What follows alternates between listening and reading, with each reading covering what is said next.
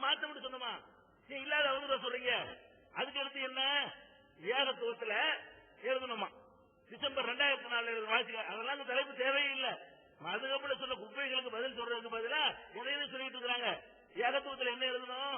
2 சகோதரிகளை ஒருத்தர் வந்து கல்யாணம் பண்ணியிருக்கிறார். இது மார்க்கத்தில் கூடுமான்னு கேள்வி. கூடாது. 2 சகோதரியை தஜ்மூபைனி 2 சகோதரிகளை திருமணம் பண்ணக்கூடாதுன்னு அல்லாஹ் குர்ஆன்ல தடை செஞ்சுட்டான் அப்படின்னு எழுதிட்டு பண்ணிட்டாரு. என்ன செய்யணும்னு கேக்குறீங்களா? ஒருத்திய தலாக் விட்டுருங்கன்னு சொல்றோம். இது எழுதிருந்தோம். இதுக்கு என்ன கேள்வி கேட்கிறாங்க? 2 தான் செல்லாத, முதல் இது கல்யாணம் செல்லும், எதை 2வதா பண்றாரோ தப்பானது, அது கல்யாணமே இல்ல. தலாக் விடணும் என்று பயங்கரமான பாயிண்ட் பாருங்க. தலாக் விடணும் ஏன் நீங்க கேட்கறாங்க? ஏன் எழுதுன்னு கேக்குறீங்களா? அல்லாஹ்வுடைய ரசூல் சொன்னதுனால எழுதணும். அந்த ஆதாரத்தின் அடிப்படையில் எழுதணும். எப்படி எழுதணும்? ரசூல் ஸல்லல்லாஹு அலைஹி வஸல்லம் ஒருத்தர் வர்றார். வந்து அல்லாஹ்வுடைய தூதரே, இன்னி அஸ்லம்து வ தஹ்தி உக்தானி, நான் இஸ்லாத்தை தழுவிட்டேன், எனக்கு 2 சகோதரிகளை கொண்டாட்டிய வச்சிருக்கிறேன் அப்படின்னு சொல்றாரு. ரசூல் ஸல்லல்லாஹு அலைஹி வஸல்லம் சொல்றாங்க, கல்லிப் ஐயத்தஹுமா ஷித, 2 பேர்ல யாரை விரும்புறியோ அவங்கள தலாக் விட்டுங்க. கல்லிப்னா தலாக் விட்டுருப்பான். 2 கல்யாணம் ஒருத்தர் தங்கச்சி அக்கா தங்கச்சியை பண்ணிட்டா தலாக்கு விடு என்று சொன்ன நானா அல்லாஹ்வுடைய ரசூலா? ரசூலாட்ட போய் கேளுங்க. இந்த கேள்வி நீங்க யார கேள்வி பண்றீங்க? நாங்க எழுதுனதுக்கு குர்ஆன் ஆதாரத்தோடு எழுதியிருக்கிறோம். அதை கவனத்தில் வைத்துக் கொள்ள வேண்டும். அடுத்து என்ன கேட்கிறாங்க? அதோட என்ன கேட்கிறாங்க? பெண்கள் ஆர்ப்பாட்டம் பண்ணலாமா? பெண்கள் மாநாடு போடலாமா? பெண்கள் ரசூல் ஸல்லல்லாஹு அலைஹி வஸல்லம் காலத்துல எல்லாத்திலையும் போர்க்களத்துக்கு போனார்கள். காயமடைந்த ஆண்களை தூக்கி மருத்துவம் செய்தார்கள். போர்க்களத்துக்குள்ள நுழைஞ்சு ஆம்பளைகளை இழுத்து கொண்டாந்து வந்து சிகிச்சை செய்தார்கள். கண்ணீர் புகட்டினார்கள். ரசூல் ஸல்லல்லாஹு அலைஹி வஸல்லம் அவர்கள் பெருநாள் தொழுகையில் ஆண்களும் பெண்களும் கலந்திருக்கிறார்கள். ஆண்களுக்கு பயான் செய்கிறாங்க, பெண்களுக்கு விளங்கல. அங்க போய் நின்று தனியா அவங்களுக்கு ஒரு பெண்களுக்கு தனியா இன்னொரு குத்வா நடத்துகிறார்கள். இதெல்லாம் புகார்ல வாசிச்சது இல்லையா நீங்க? அப்ப ரசூல் ஸல்லல்லாஹு அலைஹி வஸல்லம் ஏன் அவ்வளவு வேணாம்? நீங்க ஹஜ்ஜுக்கு போறீங்க, ஆம்பளை மூணு கலக்கிறார்கள், தொழுவ போறார்களாம். அப்ப ஹஜ்ஜுக்கு ஒரு மூணு அனுப்பாதீங்க, மக்காவோட சேர்ந்து தான் தொழுதாகணும். ஹஜ்ஜுக்கு நீங்க பொம்பளை அனுப்பாம இருப்பீங்களா? ஹஜ்ஜுல மக்காவோட என்ன நடக்குது? ஆம்பளை பொம்பளை சேர்ந்து தான் தொழுகிறாங்க.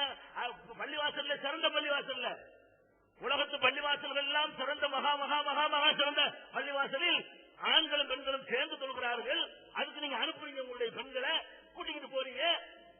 அந்த பள்ளியோடு ஒப்பிடும்போது பல மடங்கு குறைந்திருக்கிற பள்ளிவாசல்ல பெண்களை அனுமதிக்க மாட்டோம், தப்புன்னு சொன்னா என்ன நியாயம்? ரசூலுல்லாஹ் காலத்தில் பெண்கள் பள்ளிக்கு வந்தார்கள், துணைக்கு வந்தார்கள், பயானுக்கு வந்தார்கள், யுத்தத்துக்கு போனார்கள். மனைவி சேர்த்து கூட்டிட்டு போவாங்க ரசூல் ஸல்லல்லாஹு அலைஹி வஸல்லம். அதுல அவதூறு கேஸ்லாம் கூட வருது. அப்ப இதெல்லாம் ஒரு தவறான ஒரு செய்தி. அடுத்து என்ன செய்யறாங்க? முகத்தை சகாபி இருந்தாரா, முகத்தை திருப்பினாங்களா ரசூலுல்லாஹ்? திருப்பினதுல இருந்து என்ன விளங்குதா? பொம்பையை பார்க்கலான்னு விளங்குதுன்னு சொல்றோம். அதே ஆதாரமா காட்டணும், அதையா காட்டணும்? எவ்வளவு ஆதாரங்களை நீங்கள் சொன்ன இதழ்களை எடுத்து வைத்து பெண்களுடைய முகத்தை பார்ப்பதற்கு மார்க்கத்தில் தடையில்லை, ரசூலுல்லாஹ் முன்னாடி பெண்கள் அப்படி வந்திருக்கிறார்கள் என்று தெல்ல தெளிவாக நாங்க நிரூபிச்சிருக்கிறோம். பாயிண்ட் சொல்றாங்க, ஜெயலலிதாவை பார்க்கறது காட்டுறது சொன்னோமா? 25 வருஷத்துக்கு முந்தைய சொன்னோம், 20 வருஷத்துக்கு முந்தைய சொன்னோம், 15 வருஷத்துக்கு முந்தைய சொன்னோம். ஜெயலலிதா தான் பார்த்தோம். அப்ப 25 வருஷத்துக்கு முன்னாடி ஜெயலலிதா பார்க்கறதுக்காக வேண்டி 25 வருஷத்துக்கு முன்னாடி பிளான் பண்ணி இல்முல் கைப் எங்களுக்கு நல்லா கொடுத்து ஜெயலலிதா சந்திக்க போறதா அப்படின்னு நினைக்கிறாங்கன்னு நினைக்கிறேன். இந்த விஷயத்தை ஜெயலலிதா பாக்குறதுக்கு இப்படி சொல்லணும். ஜெயலலிதா என்ன பாக்குறீங்க? மேல போட்டா கூட்டத்து மேல பாக்கலையா? போய் எங்களோட சொந்த ஜமாத்துக்காரங்க வந்து பார்த்தாங்களே ஜெயலலிதாவை, அவங்க என் முகத்தை பார்த்தாங்களா? கண்ண முக்காடு போட்டு வரலையே அவங்க? அல்ல ஜெயலலிதாவுக்கு முக்காடு போட்டு சொல்லலையே? ஜெயலலிதா பாராட்டலாமா? நேற்று சொல்லி பயங்கரமான கேள்வி கேட்டேன். யார் ஜெயலலிதா பாராட்டினா? ஜெயலலிதா செஞ்ச தப்புகளை எல்லாம் மேடை போட்டு சொன்ன ஒரே ஜமாத்து நாங்கள். அவர்களை ஆதரித்தோம், தப்பையும் சொன்னோம், சரியானதையும் சொன்னோம். அவரை ஆதரிக்க இடஒதுக்கீடுக்காக தவிர அவர் செஞ்ச அக்கிரமங்களை மறுக்கவில்லை என்று பேசியவர்கள் நாங்கள். ஜெயலலிதா பாராட்டினார்கள். அடுத்து என்ன? அப்புறம் தொடைய மேற்று, தொடைய வந்து செஞ்சா தப்பு இல்லைன்னு சொல்றாங்க, அரண்டை அணிகளான்னு சொல்றாங்க. நாங்களாக சொன்னோம், அதுக்குரிய ஆதாரங்களை காட்டு, அவங்கள வாசி காட்டிருக்கிறாங்க. தொழுகையில் இருக்குதா? தொழுகையில் இருக்குதா? தொழுகை விஷயத்தில் இருக்கிறது, அதையும் நாங்கள் சொல்லி இருக்கிறோம். தொழுகை விஷயத்தில் அது மாதிரி நடந்திருக்கிறது என்று ஏராளமாக நாங்கள் சொல்லி இருக்கிறோம். எந்த அளவுக்கு என்றால் ரசூல் ஸல்லல்லாஹு அலைஹி வஸல்லம் சொன்னாங்க, பெண்களும் ஆண்களும் ஒண்ணா தொழுவாங்க, ஆண்கள் முன்னாடி பெண்கள் பின்னாடி. அப்ப ரசூலுல்லாஹ் சொல்லுவாங்க, பெண்களே உங்கள் தலையை நீங்கள் உயர்த்தி விடாதீர்கள். எப்படி சொல்லுவாங்க? அதாவது லா தர்ஃபஅன்ன ரூஸகுன்ன ஹத்தா யஸ்தவி ரிஜாலு ஆம்பளை எல்லாம் உட்கார்ந்த பிறகுதான் நீங்க வந்து தலையை உயர்த்தணும். சஜிதாவில் இருக்கும் பொழுது நீங்க முந்தி உயர்த்திட்டீங்கன்னா சில விஷயங்கள்லாம் தெரிஞ்சிடும். அதனால ஆம்பளைங்க அந்த அளவுக்கு யாரும் அறிஞ்சிருந்தாங்க. ஒரு சுண்டத்தை கழுத்துல கட்டுவாங்க, தொடரெல்லாம் தெரியும். அப்ப ஆண்கள் சஜிதாவில் இருக்கும்போது நல்லா தெரியும். அதை பொம்பளைங்க பாத்திரக்கூடாது என்பதற்காக ஆம்பளைங்க உட்கார்ந்த உடனேதான் பொம்பளைங்க எல்லாம் தலையை தூக்கணும் சஜிதாவில் இருந்து சொன்னாங்களே. அதை வச்சுதானே எழுதியிருக்கிற காரணத்தோட ஒரு ஏகத்துவத்தை சுத்தி காட்டணும். நீங்க அடுத்த ஏகத்துவம் அதுக்கடுத்த ஏகத்துவத்தை ஏன் சுத்தி காட்டவில்லை, ஏன் வாசிக்கவில்லை? இதெல்லாம் அதுல வருகிறது. 3 இதழ் அதை பற்றி எழுதியிருக்கிறோம். ஒரு இதழை வாசிக்கிறார்கள், அதுக்கு அடுத்து உள்ள 2 இதழை மறைக்கிறார்கள். அப்ப அதையும் பார்த்துக் கொள்ள வேண்டும். அதுக்கு என்ன? அப்புறம் ஜும்மாவுக்கு முன் சுன்னத் இல்லை என்றார்கள், ஜும்மாவுக்கு முன் சுன்னத் இருக்கு என்றார்கள். இவங்க சொல்லப்பட்டு தொழாதவர்களுடைய என்ன? அதுக்கு அதே பதில் தான். என்ன பதில்? சரின்னு தெரியும் போது சரின்னு சொல்லுவோம், தப்புன்னு தெரியும் போது தப்புன்னு சொல்லுவோம். அந்த அடிப்படையில் சொல்லப்பட்ட விஷயம் தான். அப்ப இதுலயும் அவங்க சொன்ன எல்லாத்துக்கும் பதில் சொல்லிவிட்டோம். எந்த ஒண்ணுக்கும் பதிலுக்கு பதில் சொல்லப்படாமல் இருக்கவில்லை. அடிப்படையை மொத்தத்துக்கு சேர்த்து வருகிறேன். அன்பிற்குரிய சகோதரர்களே, மதுகபுல வண்டவாளங்களை, குப்பைகளை, அசிங்கங்களை, அமர்த்தங்களை, ஆபாசங்களை, புராணத்துக்கு முரணானவைகளை, உடல்களை எல்லாம் அள்ளி அள்ளி போட்டோம். நேற்று ஒண்ணுல நின்றோம். எதுக்கு தெரியுமா? ஒன்னு நிறுத்திட்டு அடுத்ததை போகணும்னு எழுதி இருந்துச்சு. அதை உறுதியா கடைப்பிடிக்கணுங்கிறதுனால நிறைய மூணு அள்ளி போட்டிருப்போம், போடல. அப்புறம் அவங்க வாட்டு நிறைய மீறிட்டாங்க அந்த விதிமுறைய. அவங்க வாட்டு வள்ளி வைக்க ஆரம்பிச்ச பிறகுதான் நம்ம மூணுதல இப்படி பண்ணிருக்கானு, அந்த ஒண்ணு நிறுவனத்துக்கு அடுத்து போனது தப்பு, ஒப்பந்தம் மீறிட்டாங்கிறதுனாலதான் நேற்று மூணுதல ஒண்ணு குளத்துல நின்று இருந்தோம். குளத்தாங்கடையில சொல்ல முடியாதுங்கிறதா இல்ல. அப்புறம் பார்த்தோம் அவங்க வாட்டு அள்ளி போடுறாங்க, நம்மளும் போடுவோம். பிரேக் அள்ளி போட்ட பிறகுதான் புத்துக்குன்னு போனது எல்லாமே. அதனால எந்த ஒன்றையும் விதியை மீறவில்லை, செல்ல தெளிவாக நாங்கள் நிரூபிச்சிருக்கிறோம்.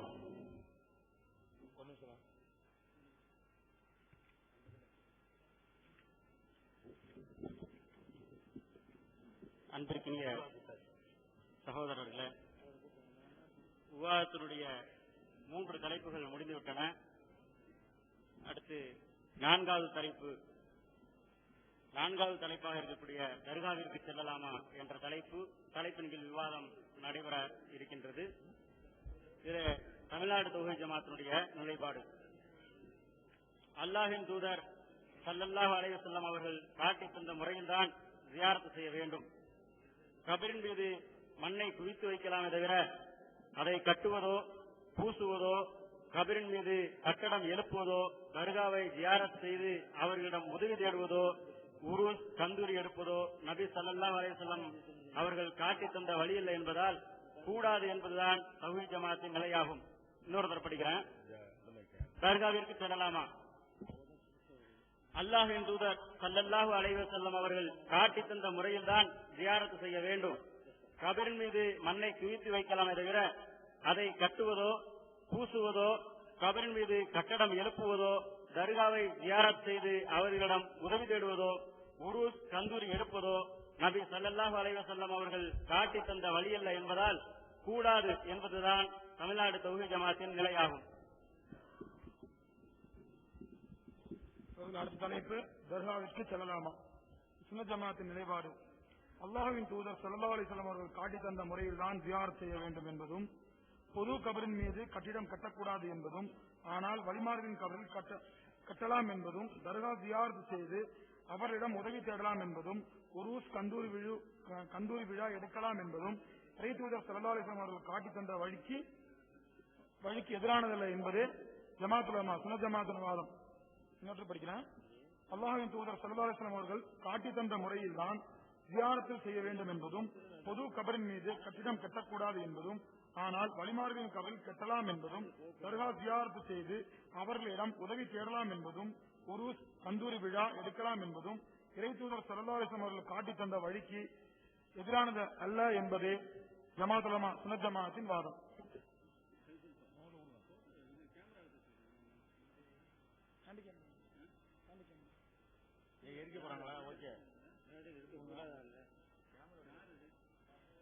எங்க தரப்புல வீடியோ கேமரா எடுக்கிறாங்க, வீடியோ எடுக்கிறாங்க,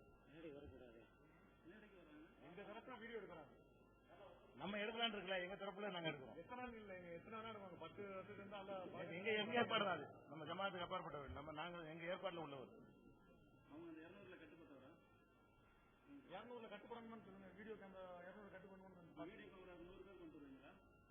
அதுக்கு நீங்க நிர்ணயம் வைக்கணும். அதை ஏற்கனவே முடிவு பண்ணிருக்கு, யாரும் போன் மற்ற எதுவும் கொண்டு வரக்கூடாதுன்னு சொல்லியிருக்கு. 2 பேருக்கும் சேர்ந்த பொதுவான வீடியோ கேமரா ஏற்பாடு பண்ணப்பட்டிருக்கு. தனிநபர்கள் இருந்தாங்கன்னா என்ன அர்த்தம்? அது இல்ல வீடியோ கேமரா வாசனை கொஞ்சம் தயவுசெய்து ஒப்பந்தத்தை சொல்லுங்களேன். இதெல்லாம் ஒரு சராசரி ஒரு நியாய அடிப்படை கூட தெரியாது. நீங்க 2 எடுத்தீங்கன்னா நாங்களும் 2 தான் எடுத்துக்கோம். இதே மாதிரி எத்தனை பேர் இருப்பாங்க? இல்ல எங்களுக்கு தேவையான அளவுக்கு நாங்க எடுத்துக்கொள்வோம். ஒரு நிமிஷம், எங்களுக்கு வீடியோ எடுக்கிறது எவ்வளவு தேவை?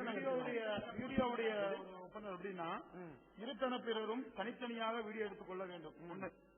2வது, வீடியோ பதிவின் போது தேதியும் நேரமும் அதில் இடம்பெற வேண்டும். 3வது, ஒரு அணியினரின் வீடியோ பதிவை மறு அணியினர் சார்பில் ஒருவர் கண்காணிப்பார். அது இப்ப இங்க நடந்துட்டு இருக்கு. அவர் எடுத்துட்டு இருக்கிறது வந்து கண்காணிக்க முடியும். நீங்க கண்காணிக்கிறது நாங்க என்ன பண்றோம்? எடுத்துட்டு இருக்கிறது ஹேண்டி கேமரா. நீங்க கண்காணிக்கலாம். அவர் எடுத்துட்டு இருக்கிறது ஹேண்டி கேமரா. நீங்க கண்காணிச்சுட்டு தான் இருக்கிறீங்க. நீங்க வேணா பாருங்க. இல்ல இது உங்களுக்கு தவறாகவே தெரியல. தவறா தெரியலையா? ஒப்பந்தத்திலையும் 2 தரப்புலையும் வீடியோ எடுப்பதற்கு ஏற்பாடு செய்யப்பட்டிருக்கு. 2 பேர் இருக்காங்க. இது அல்லாம ஒருத்தர் சுத்திக்கிட்டே தெரிவாரு. நீங்க 100 பேர் வேண்டாம் கூட்டி வரேன்னு சொல்றீங்க. என்ன நியாய தரப்பிலும் தனித்தனியாக வீடியோ எடுக்கணும்னு இருக்குது. நீங்க உங்க இஷ்டத்துக்கு நீங்க எடுத்துக்கலாம், எங்க இஷ்டத்துக்கு நாங்க எடுத்துக்கிறோம். நாங்க எத்தனை எடுக்கிறது? ஒரு வீடியோ 2 வீடியோ எல்லாம் ஒப்பந்தத்தில் இல்ல. ஒரு வீடியோ 2 வீடியோ ஒப்பந்தத்தில் இல்ல. நீங்க எந்த இடத்துல 2 வீடியோ கொண்டு வந்தீங்கன்னு தெரியல. இவங்களுக்கு 2 வசதி 3 வசதி கொண்டு வந்திருக்காங்க. அதே மாதிரி நீங்க 2 வசதி கொண்டு வந்திருக்கீங்க. 2 வீடியோ கண்டிப்பா கொண்டு வரணும், ஒப்பந்தத்தில் இல்ல.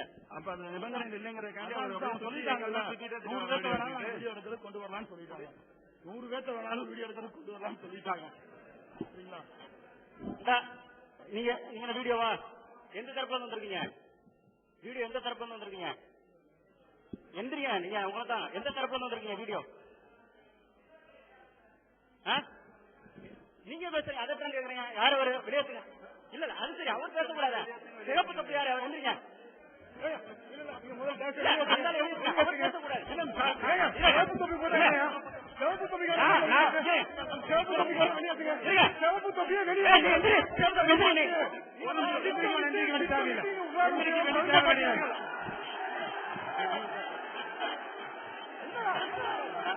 ஒரு நிமிஷம்,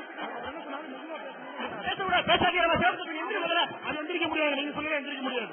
ஒரு நிமிஷம், அவங்க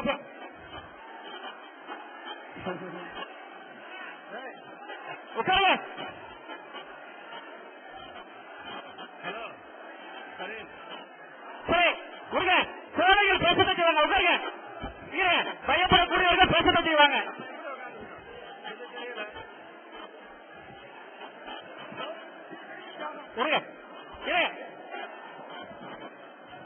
சரி, சிஎல்டி சேனல் உட்காருங்க. சொல்ற இருங்க. அதாவது கண்ண பார்வையாளர்கள் பேசக்கூடாது பல சொன்ன பிரபம். உங்களுக்கு பயம் வந்தா எதிர்ப்பு கேட்கணும். சும்மா தரசரப்பு ஏற்படுத்தக்கூடாது. இங்க யாருக்கும் எந்த பயமும் கிடையாது. பயம்ன்றதான் ரவுசனம் காட்டுறது சாப்பிட்டு பார்த்துட்டேன். கண் கூட நாங்க பார்த்துட்டோம். யாரு ரவுசனம் பண்றாங்க, யாரு சுத்தம் பண்றாங்க, யாரு சவுண்ட் விடுறாங்க, கண் கூட பார்த்துட்டோம். அது நடக்காது. திருப்பூர் நடந்த மாதிரி காய்ச்சல் நடக்காது, கலியக்காது நடக்காது. பார்வையாளர்கள் அமைதியா உட்காரணும். நீங்க உட்கார வேணா, எங்களோட டிவி அணியினர் உட்கார வைப்பாங்க. உங்களை அதை வரவேற்கிறோம். அதை வரவேற்கிறோம். நீங்க உட்கார வைக்க நாங்க வரவேற்கிறோம். இது சரியா? நீங்க ஏன் பேசுங்க? அவர் பேசுறது எந்த விதமான தவறும் இல்லை. அவர் நீங்க பேச வேண்டாம்னு சொல்லல, கொஞ்சம் சவுண்ட் கம்மியா பேசுங்கன்னு சொன்னாரு. அப்புறம் நீங்க பேச வேண்டாம். அவருக்கு அந்த அதிகாரம் இல்ல. அவருக்கு எந்த அதிகாரம் இல்ல. வந்தா பாரதமா போகலாம் இருக்கணும். நீங்க சொல்லணும்.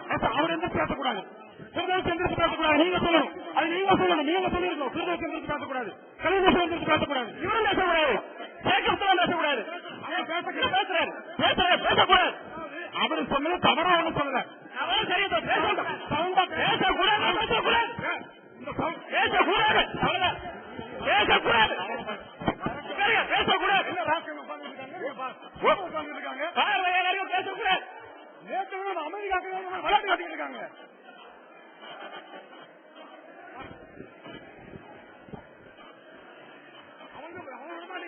நம்ம வச்சாலும் அவங்க விடுறதில்ல. நம்ம மாற்றி மாட்டோம். அல்லாமே ஆணைக்கு சொன்னார் வெளியாக்கி ஆகணும். அவனை வெளியேற்றுங்க. அவன் வெளியேற்றாம ஆரம்பிக்க மாட்டான்.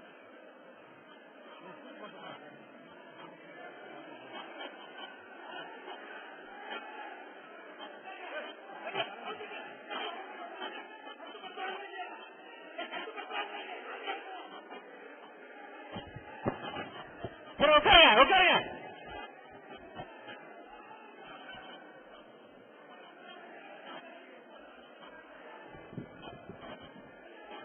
கொஞ்சம்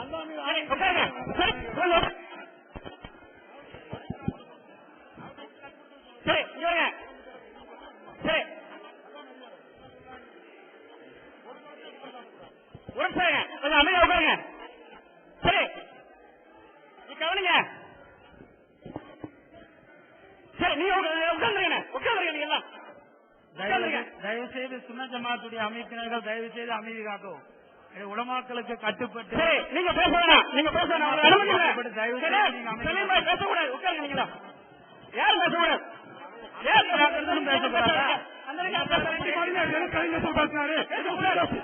அடிக்கிற மாதிரி எதுக்கு இறங்கி போனாரு? எதுக்கு அடிக்கிற மாதிரி இறங்கி போனாரு அவரு? இப்போ கட்டப்படுறது பேசக்கூடாதாமா. அமைதி காத்து உட்காருங்கன்னு சொன்னா அதை பேசக்கூடாது. அமைதி காத்துன்னு சொல்லக்கூடாதாமா.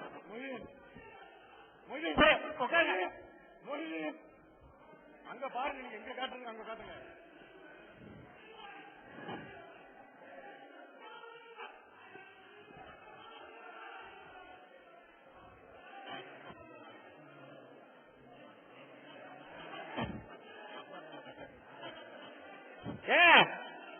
இங்க வருங்க. ரெண்டு தடவை நீங்க உட்காருங்க. ரெண்டு தடவை உட்காருங்க. நேற்று அண்ணாங்க ஆணையிட்டு சரி ரெண்டு தடவை உட்காருங்க.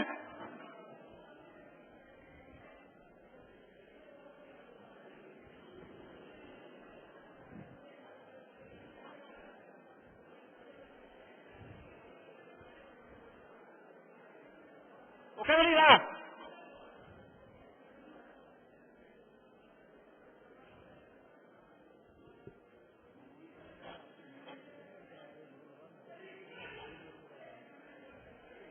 சரி சரி உட்காருங்க. பின்னால உள்ள அப்படியே உட்காந்துருங்க.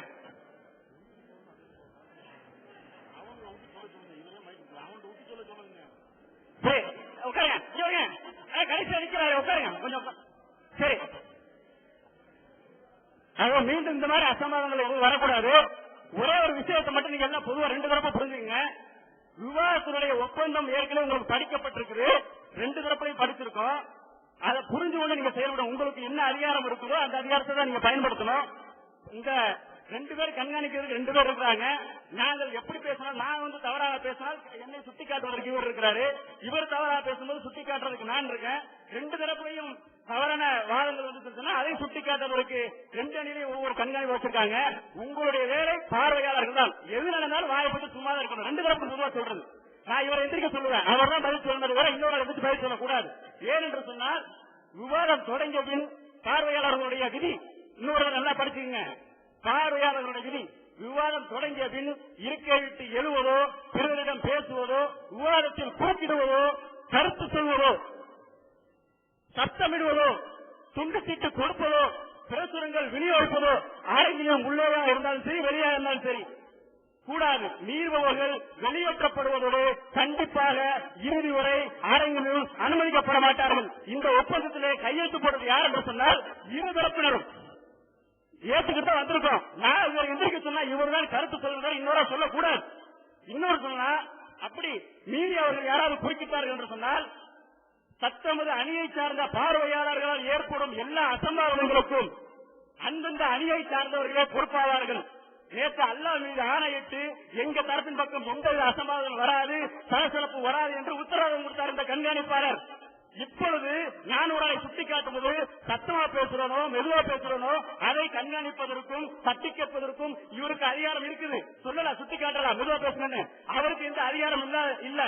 இப்ப நேற்று வாக்குறுதி கொடுத்ததன் அடிப்படையில அல்லாஹ் மீது ஆணையிட்டு சொன்னதன் அடிப்படையில இரண்டாவது விதி 6-9 19 அணியை சார்ந்த பார்வையாளர்களால் ஏற்படும் எல்லா அசம்பாவிதங்களுக்கும் அந்தந்த அணியை சார்ந்தவர்களே பொறுப்பாளர்கள் என்ற விதி இருக்கும் பொழுது அவர் இப்ப வெளியேற்றணும். இது விதி. முதல்ல கண்ணியத்திற்கு அல்லாஹ் நல்ல முடிச்சுக்கலாம். கண்ணியத்துக்கு அல்லாஹ் நல்ல இருதரப்புல இருக்காங்க. முதல்ல யார் ஃபர்ஸ்ட் சலசலப்பை ஏற்படுத்துறதுன்னு அல்லாஹ்வுக்கு பயந்து சொல்லணும். நீங்க சொல்லுங்க. பேசிட்டாரு, பார்வையாளர்கள் தான் பேசணுங்கிறது அவரே படிச்சு காமிச்சாரு. அவரே படிச்சு காமிக்கும் போது அவர் தவறான ஒரு வார்த்தை ஒண்ணு சொல்லல. சவுண்டா பேசாதீங்க, கொஞ்சம் மெதுவா பேசுங்க சொன்னாரு. நேற்று நான் சுட்டி காட்டிங்க அந்த அதிகாரம் நீங்க சேர்ந்து இருக்கிறவங்க. ஒரு நிமிஷம், நீங்க பேசும்போது நான் மைக்கு கொடுங்கல. நீங்க பேசும்போது அமைதியா கேட்டேன். நான் பேசுறது பொறுமையா கேளுங்க. நீங்க பேசும்போது எவ்வளவு பொறுமையா நான் கேட்டேன். நான் பேச எவ்வளவு வார்த்தை நீங்க கேளுங்க. நேற்று நான் ஆல்ரெடி நேற்றே நான் சொல்லியிருந்தேன், இதனுடைய பேச்சு தோரணை மற்றவர்களை மிரட்டுற மாதிரி இருக்கு. பொதுவா ரெண்டு பேர்த்தையும் மிரட்டுற மாதிரி இருக்கு. நடுவரா இருக்கிற ஒரு காரணத்துக்காக யாரையும் மிரட்டுறதுக்கு அதிகாரம் இல்ல. இருக்கிற கருத்து அழகான முறையில் சொல்லுங்க. நேற்றுன்னு சொன்னேன், இன்னைக்கு காலையில நான் சுட்டி காட்டியிருக்கேன். அந்த தவறு அவர் மீறி மிரட்டுற தோரணை சொன்னனாலதான் அவர் சொன்னாரு மெதுவா பேசுங்க. அப்படி இருக்க நாங்க எங்களுக்குள்ள பேசிட்டு இருக்கும் போது கல்யாண அப்துல் ரஹ்மான் பிரதோசி அடிக்க போற மாதிரி செய்தி வந்துட்டு போனாங்க. எங்க உலமாக்கள் ஆனா இங்க எந்திரிச்சாங்களா? நான் கேட்கிறேன். நியாயம் பேசும்போது ரெண்டு பக்கம் நியாயம் பேசணும்ல. கைத்தட்டாங்க இப்பதான் பேசிட்டு இருக்கிறேன். நியாயம் பேசும்போது நியாயம் பேசணும் இல்லையா? நான் ஆல்ரெடி உங்களை சுட்டி காட்டியிருக்கேன். நீங்க உங்களுடைய பேச்சு மற்றவர்களை மிரட்டுற மாதிரி இருக்கு. நான் குறிப்பிட்ட சொந்த மாத்துக்காரங்க மாற்றான்னு சொல்லல. இரண்டு தரப்பை சார்ந்தவங்க அப்படி இல்ல. ஒரு சொல்றதுக்கு ஒரு முறை இருக்கு. அந்த முறை பிரகாரம் சொல்லுங்க. நீங்க சொல்ல வேண்டாம், நான் சொல்லல. உங்க கருத்தை தாராளமா சொல்லலாம். ஆனா எதுக்கு ஒரு அழகிய முறை இருக்கு. அந்த முறை பிரகாரம் சொல்லுங்க.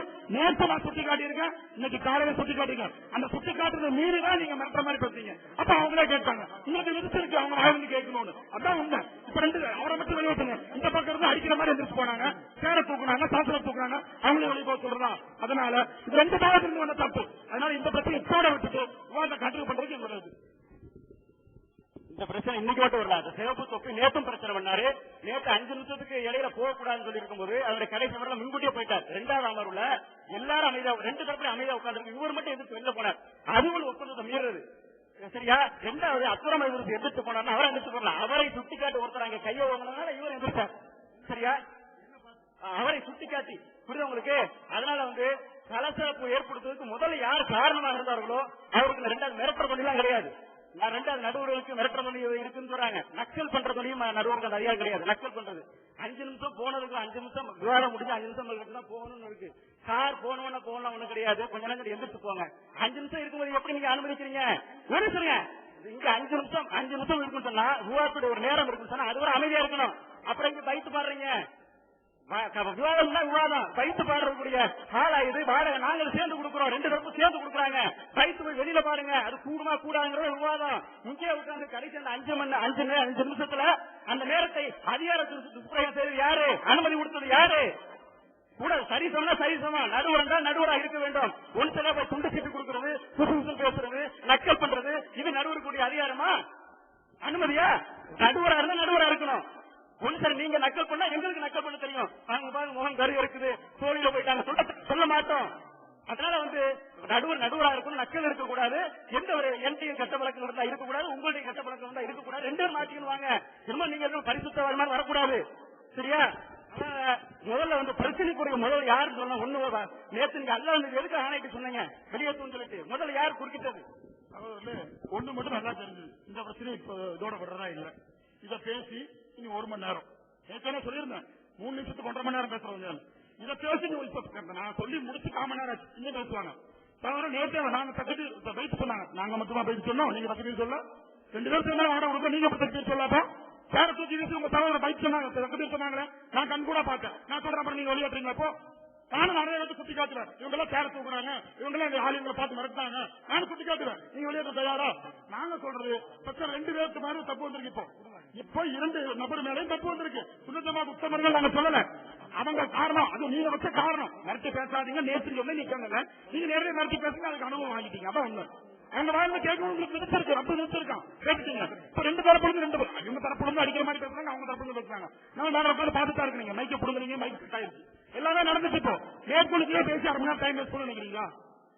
விவாதம் நல்லபடியா நடக்கணும். சுண்ணத்த மாத்துக்காரங்களுக்கு மெயினா ஒரு வேண்டுகோள், இந்த விவாதம் நல்லபடியா நடந்து இந்த கேஸ்ல கொள்ளைய வரும் நீங்க ஆசைப்பட்டீங்கன்னா தயவு செஞ்சு அமைதியா இருங்க. அவங்க காட்டுவாங்க, இதுக்கு மேலையும் காட்டுவாங்க. இன்ஷா அல்லாஹ் நான் காலையில் நிறைய சுத்தி காட்டி இருக்கிறேன். இது நடக்கும், இதுக்கு மேலையும் நடக்கும். ஆரம்பம் தெரியும் நமக்கு. ஏன்னா இதெல்லாம் அனுபவிச்சிருக்கிறோம். அதனால தயவு செஞ்சு நம்ம தரப்புல ஒரு சின்ன ஒரு நூலளவு கூட அவங்களுக்கு காரணமா நம்ம வைக்க கூடாது. ஒரு சின்ன ஒரு நூலளவு நீங்க வச்சு கொடுக்காதீங்க. நீங்க வச்சு கொடுத்தீங்கன்னா இப்படிதான் சொல்லுவாங்க. அது உங்க தரப்புல வரக்கூடாது. அந்த உத்தரவாதம் நேற்று நான் கொடுக்கப்பட்டிருக்கு. தயவு செஞ்சு அந்த உத்தரவாதம் நீங்க காப்பாற்றணும். அவங்க காட்டுறதெல்லாம் நீங்க பாத்தீங்க, நம்ம காட்டுற அவங்களும் பார்த்திருப்பாங்க. நேற்று அந்த பிரச்சனை நடக்கக்கூடாது. அதனால இந்த பிரச்சனை இப்போட விட்டுட்டு எந்த தரப்பிலும் அப்ப நடந்திருக்கு. அவரை மட்டும் நீங்க வெளியேற்ற மீது நீங்க சொன்னீங்கன்னா இன்ஷா அல்லாஹ் தற்காலிகமா நடைபெறாது.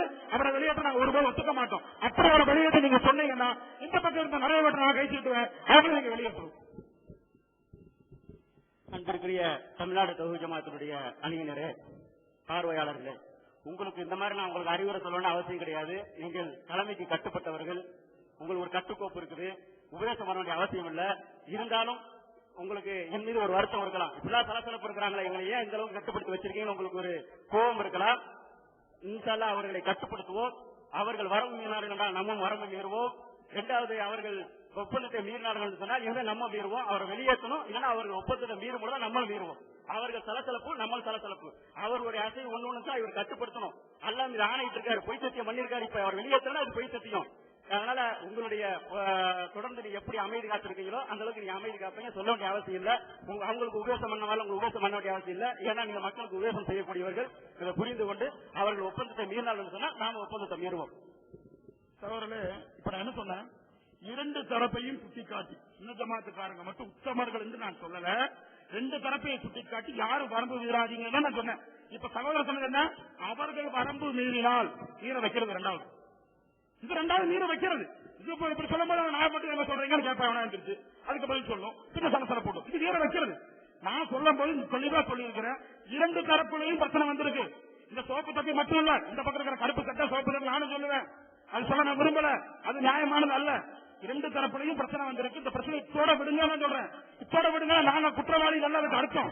மேற்கொண்டு இந்த பிரச்சனையை பேசி இருக்கிற கபர் ஜியாரத் பிரச்சனை ஒரு மணி நேரத்தில் முடிச்சலாம் ஐடியா போடுறாங்க. அதுதான் உண்மை. அதனால மேற்கொண்டு பிரச்சனை முடிக்காம வரம்பு மீறி எங்க வரம்பு மீறக்கூடாது.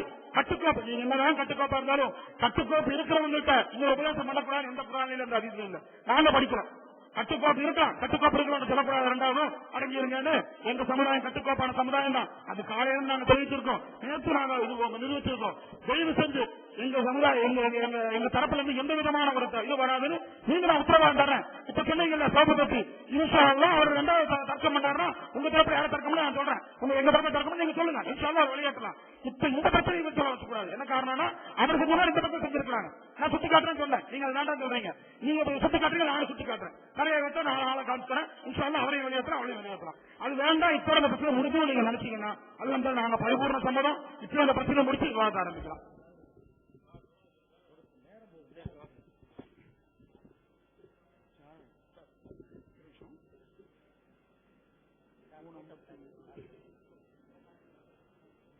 திருப்பி சலசலப்பு ஏற்படுத்தாதீங்க. இப்பதான் சொல்லி இருக்கு, ரொம்ப நாள் ஒரு மணி நேரம் லேட்டு. அமைதியா உட்காரணும், பார்வையாளர் மாதிரி.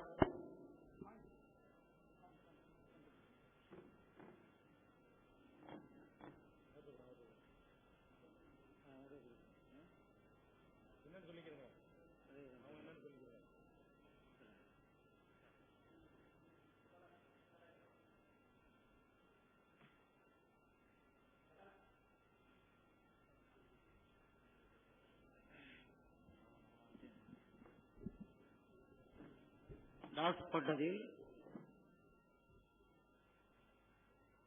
நாம் தேர்வு பெற்றிருக்கிறோம். அதனால இந்த விவாதத்தை அடுத்த அணியினர் தொடங்குமாறு கேட்டுக்கொள்கிறோம்.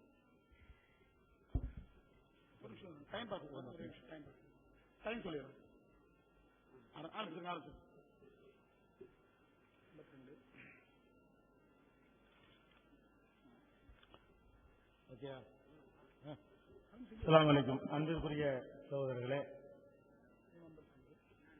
இந்த இறுதி தலைப்பு நம்ம வந்திருக்கிறோம்.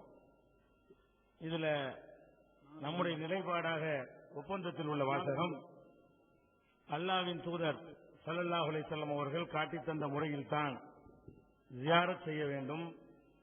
கபரின் மீது மண்ணை குவித்து வைக்கலாமே தவிர அதை கட்டுவதோ பூசுவதோ கபரின் மீது கட்டடம் எழுப்புவதோ தர்காவை ஜியாரத் செய்து அவர்களிடம் உதவி தேடுவதோ உருஸ் கந்தூரை எடுப்பதோ நபி ஸல்லல்லாஹு அலைஹி வஸல்லம் காட்டித் தந்த வழி அல்ல என்பதால் கூடாது என்பது தௌஹீத் ஜமாஅத்தின் நிலையாகும்.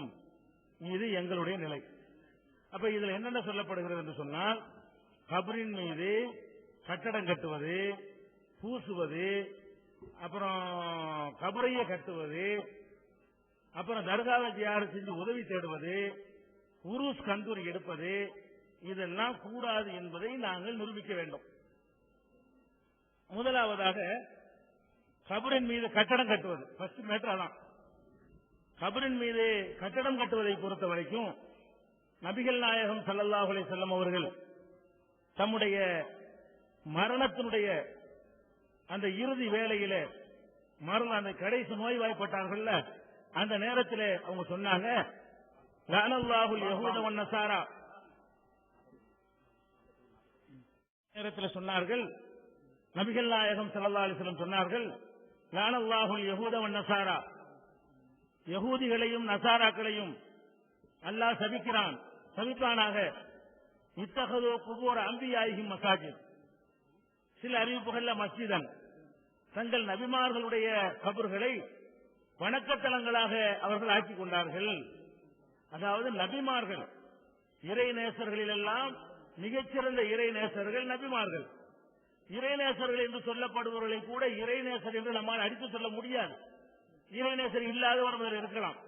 நம்ம யாரையாவது தோற்றத்தை வைத்து இறைநேசர் என்று தப்பா கூட இடம் போட்டு இருக்கலாம். நபிமார்களை பற்றி அப்படியெல்லாம் சொல்லவே முடியாது. நபிமார்கள் கன்ஃபார்மா 100% இறைநேசர்கள் என்பது அல்லாஹ் தேர்வு செய்வது நபிமார்கள். அப்ப 100% நபிமார்கள் என்று உறுதி செய்யப்பட்ட நபிமார்களுடைய கபறுகளை, அடக்கத்தலங்களை வணக்கத்தலங்களாக ஆக்கிக் கொண்ட யகூதிகளையும் நசாராக்களையும் அல்லாஹ் சபிப்பானாக.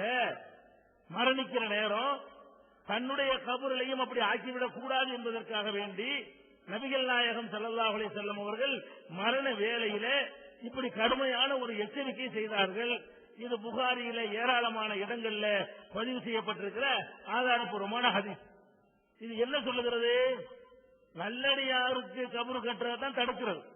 நல்லடியார்களுடைய அடக்கத்தலங்களை நபிகள் நாயகம் ஸல்லல்லாஹு அலைஹி வஸல்லம் அவர்கள் தெளிவான வார்த்தைகளால் தடை செய்கிறார்கள்.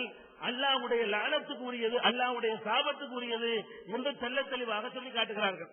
அப்ப இது ஒரு முதலாவது எங்களுடைய ஆதாரம். இதற்கு ஒரு வியாக்கியானம் எல்லாம் அவர்கள் சொல்லுவார்கள். சொன்ன பிறகு அந்த வியாக்கியானத்தை முறிக்கிற வியாக்கியானத்தை நம்ம சொல்லுவோம்.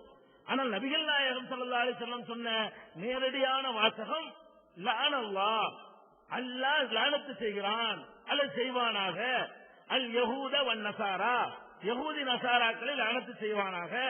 லஅனத்துக்கு ரீசன் என்ன, காரணம் என்ன? இத்தகது, அவர்கள் ஆக்கிக் கொண்டார்கள் குபூர அம்பியாயிஹிம், அம்பியாக்களுடைய நபிமார்களுடைய குபூர்னா கபர்களை ஆக்கிக் கொண்டார்கள்.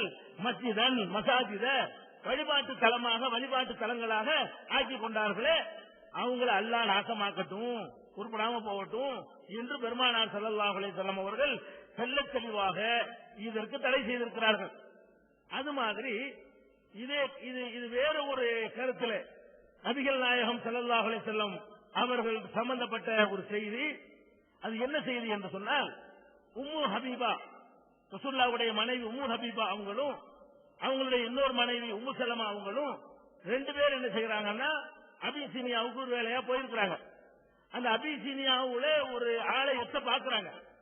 அந்த பார்த்துட்டு வந்து அந்த ஆலயத்தை பற்றி ரொம்ப நல்ல வேலைப்பாடுகளோடு கூடிய ஒரு ஆலயம், அதை பார்த்து விட்டு வந்து நபிகள் நாயகம் ஸல்லல்லாஹு அலைஹி வஸல்லம் அவர்களுக்கு தெரிகிற விதத்திலே அந்த ஆலயத்தை பற்றி பேசுகிறார்கள். என்ன அற்புதமான ஆலயம் அப்படின்னு பேசிப்பாங்க. அப்ப அது வருது, அண்ணன் உம்மு ஹபீபத்தை உம்மு சலமத்தை, உம்மு ஹபீபா அவர்களும் உம்மு சலமா அவர்களும் ரச்சரசா பேசி சுட்டிக்காட்டினார்கள், கூறினார்கள். கனீசத்தன் ரஐனஹா பில் ஹபஷா, ஹபஷாவிலே அபிசீனியாவிலே தாங்கள் கண்ட ஒரு ஆலயத்தை பற்றி பேசினார்கள். ஃபீஹா தசாவீரு, அதுல உருவங்கள் எல்லாம் இருக்கிறது. அந்த மாதிரி ஒரு அற்புதமான ஆலயம், அதை பத்தி பேசிக் கொண்டிருக்கிறார்கள். எங்க பேசுறாங்க? நபி ஸல்லல்லாஹு அலைஹி வஸல்லம், அதை நபிகள் நாயகம் ஸல்லல்லாஹு அலைஹி வஸல்லம் அவங்கள்ட்டயே வந்து சொல்றாங்க. ஃபகால, அப்போது நபிகள் நாயகம் ஸல்லல்லாஹு அலைஹி வஸல்லம் சொன்னார்கள், இன்ன உலாயிக, அவங்க இவங்க அபிசீனியாவுல ஆலயத்தை கட்டியிருக்கிறாங்கல்ல அவங்க, இதா கான ஃபீஹிம் ரஜுலு சாலிஹு, அதுல அவங்கள ஒரு நல்ல மனுஷன் மௌத்தா போய்விட்டால், சாலிஹான ஒரு மனிதன் மரணித்து விட்டால், இதா கான ஃபீஹிம் ரஜுலு சாலிஹு, அவங்கள்ட்ட ஒரு நல்ல மனிதன் இருந்து மாத்த அவன் மரணித்து விட்டால் மனவ் அலா கபரிஹி மஸ்ஜிதா, அவனுடைய அடக்கத்தலத்தின் மீது ஒரு வழிபாட்டு தலத்தை எழுப்பி விடுகிறார்கள். நீங்க எதை வர்ணிக்கிறீங்களோ அந்த கூட்டம் என்ன வேலை செஞ்சா உங்களுக்கு தெரியுமா? ஒரு நல்ல மனுஷன் மூத்தா போய்விட்டால் அவனுடைய அந்த நல்ல மனிதனுடைய கபரின் மீது ஒரு வழிபாட்டு தலத்தை எழுப்பிக் கொள்கிறார்கள். அந்த வடிவங்களையும் அதில் செதுக்கிக் கொள்கிறார்கள்.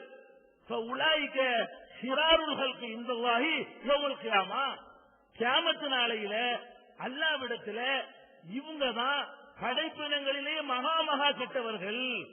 இப்படிப்பட்ட வேலை செஞ்சவங்க அல்லாஹ்வுக்கு முன்னாடி நின்றா இவங்க தான் பயங்கரமான கெட்டவங்களா இருப்பாங்க. அப்ப இந்த ஹதீஸ் என்ன சொல்கிறது? அந்த ஹதீஸ் நபிமார்களுக்கு அவங்களுடைய அடக்கத்தலங்களை வணக்கத்தலங்களாக ஆக்கக்கூடாது, கட்டக்கூடாது என்பதை செல்ல தெளிவான வார்த்தைகளால் சொல்கிறது.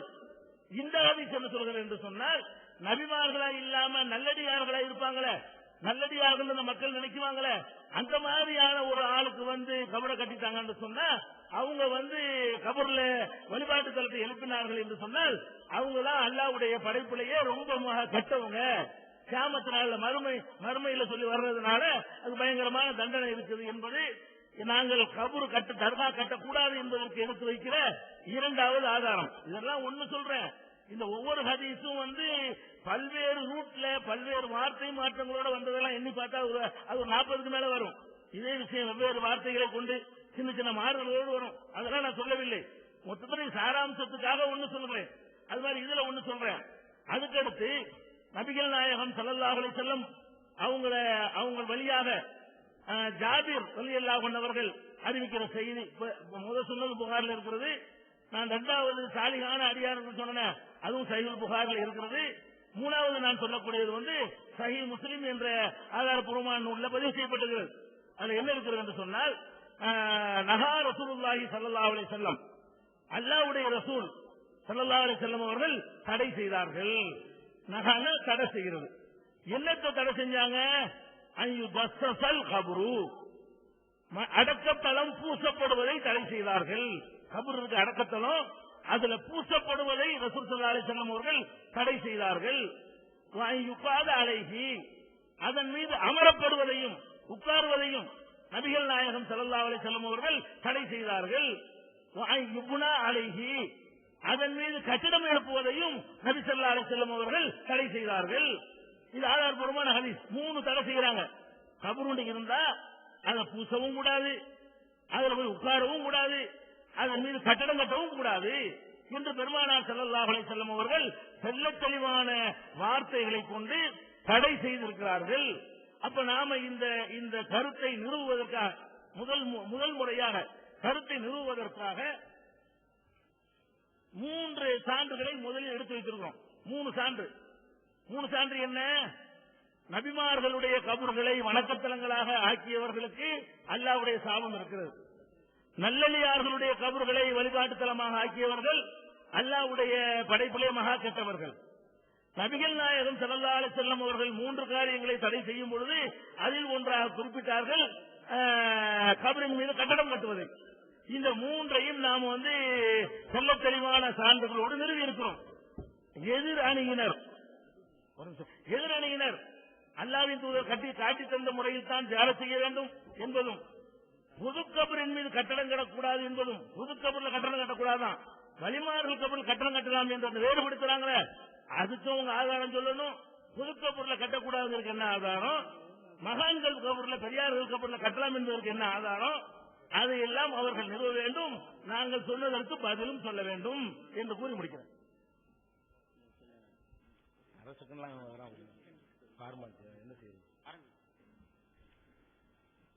அன்பு தோழர்களே, அவங்க தரப்புல ஹதீஸ் வச்சாங்க. ஃபர்ஸ்ட் சொன்னாங்க, நபி நான் ஸல்லல்லாஹு அலைஹி வஸல்லம் கடைசி கட்டத்துல சொன்னாங்க, லானல்லாஹு யஹூத வன்னஸாரா இத்தஹது குபூர் அன்பியாஹி மஸாஜித். அல்லாஹ் தஆலா யஹூதி நஸராக்களை சபிக்கட்டும். காரணம், அவங்க தங்களுடைய நபிமார்களுடைய கபர்களை எல்லாம் அவங்க சொன்ன அர்த்தம் வணக்கஸ்தலமாக, மசாஜித் சொன்னா பள்ளி வாசல், நம்ம மஸ்ஜித் சொன்னா குர்ஆன்ல வருது மசாஜித் அப்படின்னு, பள்ளி வாசல் அர்த்தம். ஹதீஸ்ல வருது மஸ்ஜித் மசாஜித், அது பள்ளி வாசல் அர்த்தம். பள்ளி வாசல்களாக வணக்கஸ்தலம் அப்படிங்கிறது எப்படி வேணாலும் இருக்கும், வணங்கும் இடம் அர்த்தம். இப்ப வீட்டிலேயே நம்ம தொழுகிறோம், அதுவும் வணங்குற இடம் தான். ஆனா மஸ்ஜிதுங்கிறது வீட்டிலே நம்ம தொழுதோம், அதை போய் மஸ்ஜித் சொல்லிட்டு இருக்க முடியாது. மஸ்ஜிதுங்கன்னா பள்ளிவாசல் வணங்கி வச்சிருக்கிறோம். அப்ப பள்ளிவாசல் தான் மாத்தினாங்க. அது எப்படி மாத்தினாங்க, விளக்கம் வருது, அதையும் இவங்க சொல்லி தந்தாங்க. எப்படி அவங்கள ஒரு நல்லடியாரு இறந்து போயிட்டாக்கா, அப்ப நல்லடியாரு அப்படிங்கறத மக்கள் கண்டுபிடிக்க முடியும். எப்படிப்பட்ட அந்த மக்களை கண்டுபிடிக்க முடியுங்கிறத நம்ம நாம் சொல்லலாம் சொல்லிட்டாங்க. அவன் இல்லாட்டா ஒரு நல்லடியார் இருந்து விட்டால் அவன் செஞ்ச செயல் தப்பு, அது ஒரு விஷயம். ஆனா இவர் நல்லடியார் தான் அப்படிங்கறத புரிஞ்சிருக்கிறாங்க. அப்படி புரிவது முடியாது என்றால் அங்கே தடுத்திருக்கணும் ஸல்லல்லாஹு அலைஹி வஸல்லம். ஆனா ஸல்லல்லாஹு அலைஹி வஸல்லம் அங்கீகரிக்கிறாங்க புரிஞ்சதை, அதனாலதான் அவர் நல்லடியார் தான் அப்படிங்கிறாங்க. ஆனா அவங்க செஞ்சாங்கல்ல செயலு, அது தப்பு. என்ன செஞ்சாங்க, ஹதீஸ்ல தெளிவா வருது. அடைக்கப்பட்டு அந்த கபருக்கு மேலே பள்ளிவாசலை கட்டினார்கள். இதே கொள்கை எங்க கொள்கை. எந்த ஒரு கபருஸ்தானுக்கு மேல கீழே அடைக்கட்டும், ஒரு நல்லடியார அடைக்கட்டும். நல்லடியார் மட்டுமல்ல, எந்த மூமினா இருக்கட்டும், ஒரு மூமினா அடக்கணும். அவருக்கு மேல பள்ளிவாசல் கட்டலாமா, கபரு மேல பள்ளிவாசல் கட்டலாமா, கூடாதுதானே. எங்க நிலைப்பாடு அதுதான். அப்ப இதுல வழிமாறுகளுக்கு ஒரு சட்டம் அப்படிங்கறது இல்ல. எல்லா மூமின்களுக்கு கபருக்கு மேல கட்டளம் கட்டக்கூடாது. அந்த மக்கள் அப்படி செஞ்சாங்க. அப்ப இன்னைக்கு எந்த நீங்க ஜியாரத்துக்கு போனாலும் சரி, தர்காவுக்கு போனாலும் சரி, கபருக்கு மேலே எங்கே பள்ளிவாசல் கட்டப்பட்டிருக்கிறது? நாகூருக்கு போங்க, முத்துப்பேட்டைக்கு போங்க, ஏர்வாடிக்கு போங்க, எங்க கட்டிடம் கட்டப்பட்டிருக்கு? கீழே கபரு மேல பள்ளிவாசல் காமிக்க முடியுமா? கபரு ஒரு இடத்துல இருக்கும், பள்ளிவாசல் ஒரு இடத்துல இருக்கும். கபருக்கு மேல எங்க பள்ளி? இந்த ஹதீஸ்ல எப்படி வருது? கபருக்கு மேலே அப்படின்னு வருது. அடுத்து அங்க வந்து அவருடைய சூரத்தை வச்சிருவாங்க. அதே போல இப்ப எந்த ஒரு தர்காவிலையும் அவருடைய உருவத்தை எல்லாம் வைக்கலாங்க. கபரு தான் இருக்குது, நம்ம போய் ஜாரத்து பண்ணிட்டு வரோம். கபருக்கு மேல என்ன இல்ல, பள்ளிவாசலாம் கிடையாது. அடுத்து சொன்னாங்க குபூர் ஸல்லல்லாஹு தடுத்தாங்க கபறுகளை பூசுவதிலிருந்து. அந்த ஹதீஸ ஒழுங்கா படிச்சா கபரை பூசக்கூடாது அப்படிங்கறது எப்படிங்கிறது தெரியும். அதுக்கு அடுத்து உள்ளது விஷயம் சொல்லிட்டு உங்களுக்கு புரியும். இப்ப பாருங்க, உட்காரக்கூடாதுன்னு சொன்னாங்கல்ல, கபருக்கு மேலே அலைஹிங்கிறாங்க. உட்காரக்கூடாது மேலே. அது போல கட்டிடம் கட்டக்கூடாது அப்படிங்கறது அலைஹி மேலே அப்படிங்கிறாங்க. கபரை பூசுவதுங்கும் பொழுது கபரு தான் சொல்றாங்க. பொதுவாக கபருன்னு சொன்னா உள்பதே தான் இருக்கும். மேல வந்து கபருடைய அடையாளம் தான். உண்மையான கபருங்கிறது மையத்துடைய வீடு, அது உள்பதே தான் எடுக்கும். உள்பதே நல்லா பூசி அதுக்குள்ள தசை வைக்க கூடாது, இயற்கையான மண்ணு உள்ள மாதிரி தான் வைக்கணும் அப்படிங்கறது தான். எல்லாத்துக்கும் மேலே மேலன்றவங்க கபருக்கு மேலேயும் பூசக்கூடாதுன்னு சொன்னா எப்படி சொல்லிருக்கானே, அலல் குபூரி அப்படின்னு சொல்லியிருக்கானு. அப்படியா சொன்னாங்க ஸல்லல்லாஹு அலைஹி வஸல்லம். அவங்க சொன்னாங்க, ஓ தீத்து ஜவாமியுல் கலீம், மிக குறைந்த வார்த்தைகளில் நிறைந்த பொருள் கொண்டு பேசுகின்ற ஆற்றலை நான் வழங்கப்பட்டிருக்கிறேன் அப்படின்னாங்க. அவங்க என்ன நல்ல அழகான சொல்றாங்க. அப்ப அங்க கபருன்னு சொன்னா உண்மையான கபரு மேலப்படி வைக்கிறது, நம்ம துணிச்சு வைக்கிறது மண்ணெல்லாம் கபரு அறம் தான். உண்மை கபருங்கிறது அவங்க இருக்கிற இடம், அது வந்து உள்பதியை தான் எடுக்கும். இங்க அலாண்டு இல்ல, அதனால உள்பதி பூசக்கூடாதுங்கிறத எங்க நிலைப்பாடு. அதனால இதுக்கு மேல பூசறதுக்கு இந்த ஹதீஸ்ல வந்து ஆதாரம் இல்ல. அப்படி மேல பூசறதுக்கு வர ஹதீஸ் இருந்தா நீங்க தாங்க, நாங்க பதில் சொல்லுவோம்.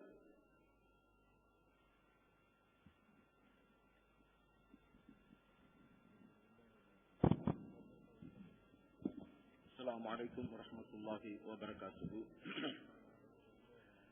மதிப்பிற்குரிய நமது அணியின் தலைவர் ஷேக் அப்துல்லா ஹஜ்ரத் அவர்கள் எதிர்த்தரப்பு சகோதரர் எடுத்து வைத்த லஅனல்லாஹுல் யஹூத வன் நஸாரா இத்தஹது குபூர அன்பியாஹிம் மஸாஜித எனும் ஹதீஸையும் ஹஜ்ரத் உம்மு ஹபீபா ரலியல்லாஹு தஆலா அன்ஹா வெளிநாட்டிலே கண்ட கோவிலில் உண்டான நிகழ்ச்சியையும் சொல்லி காட்டி இந்த இரண்டு ஆதாரங்களையும் கொடுத்து தர்கா கட்டக்கூடாது என்று சொன்னார்கள்.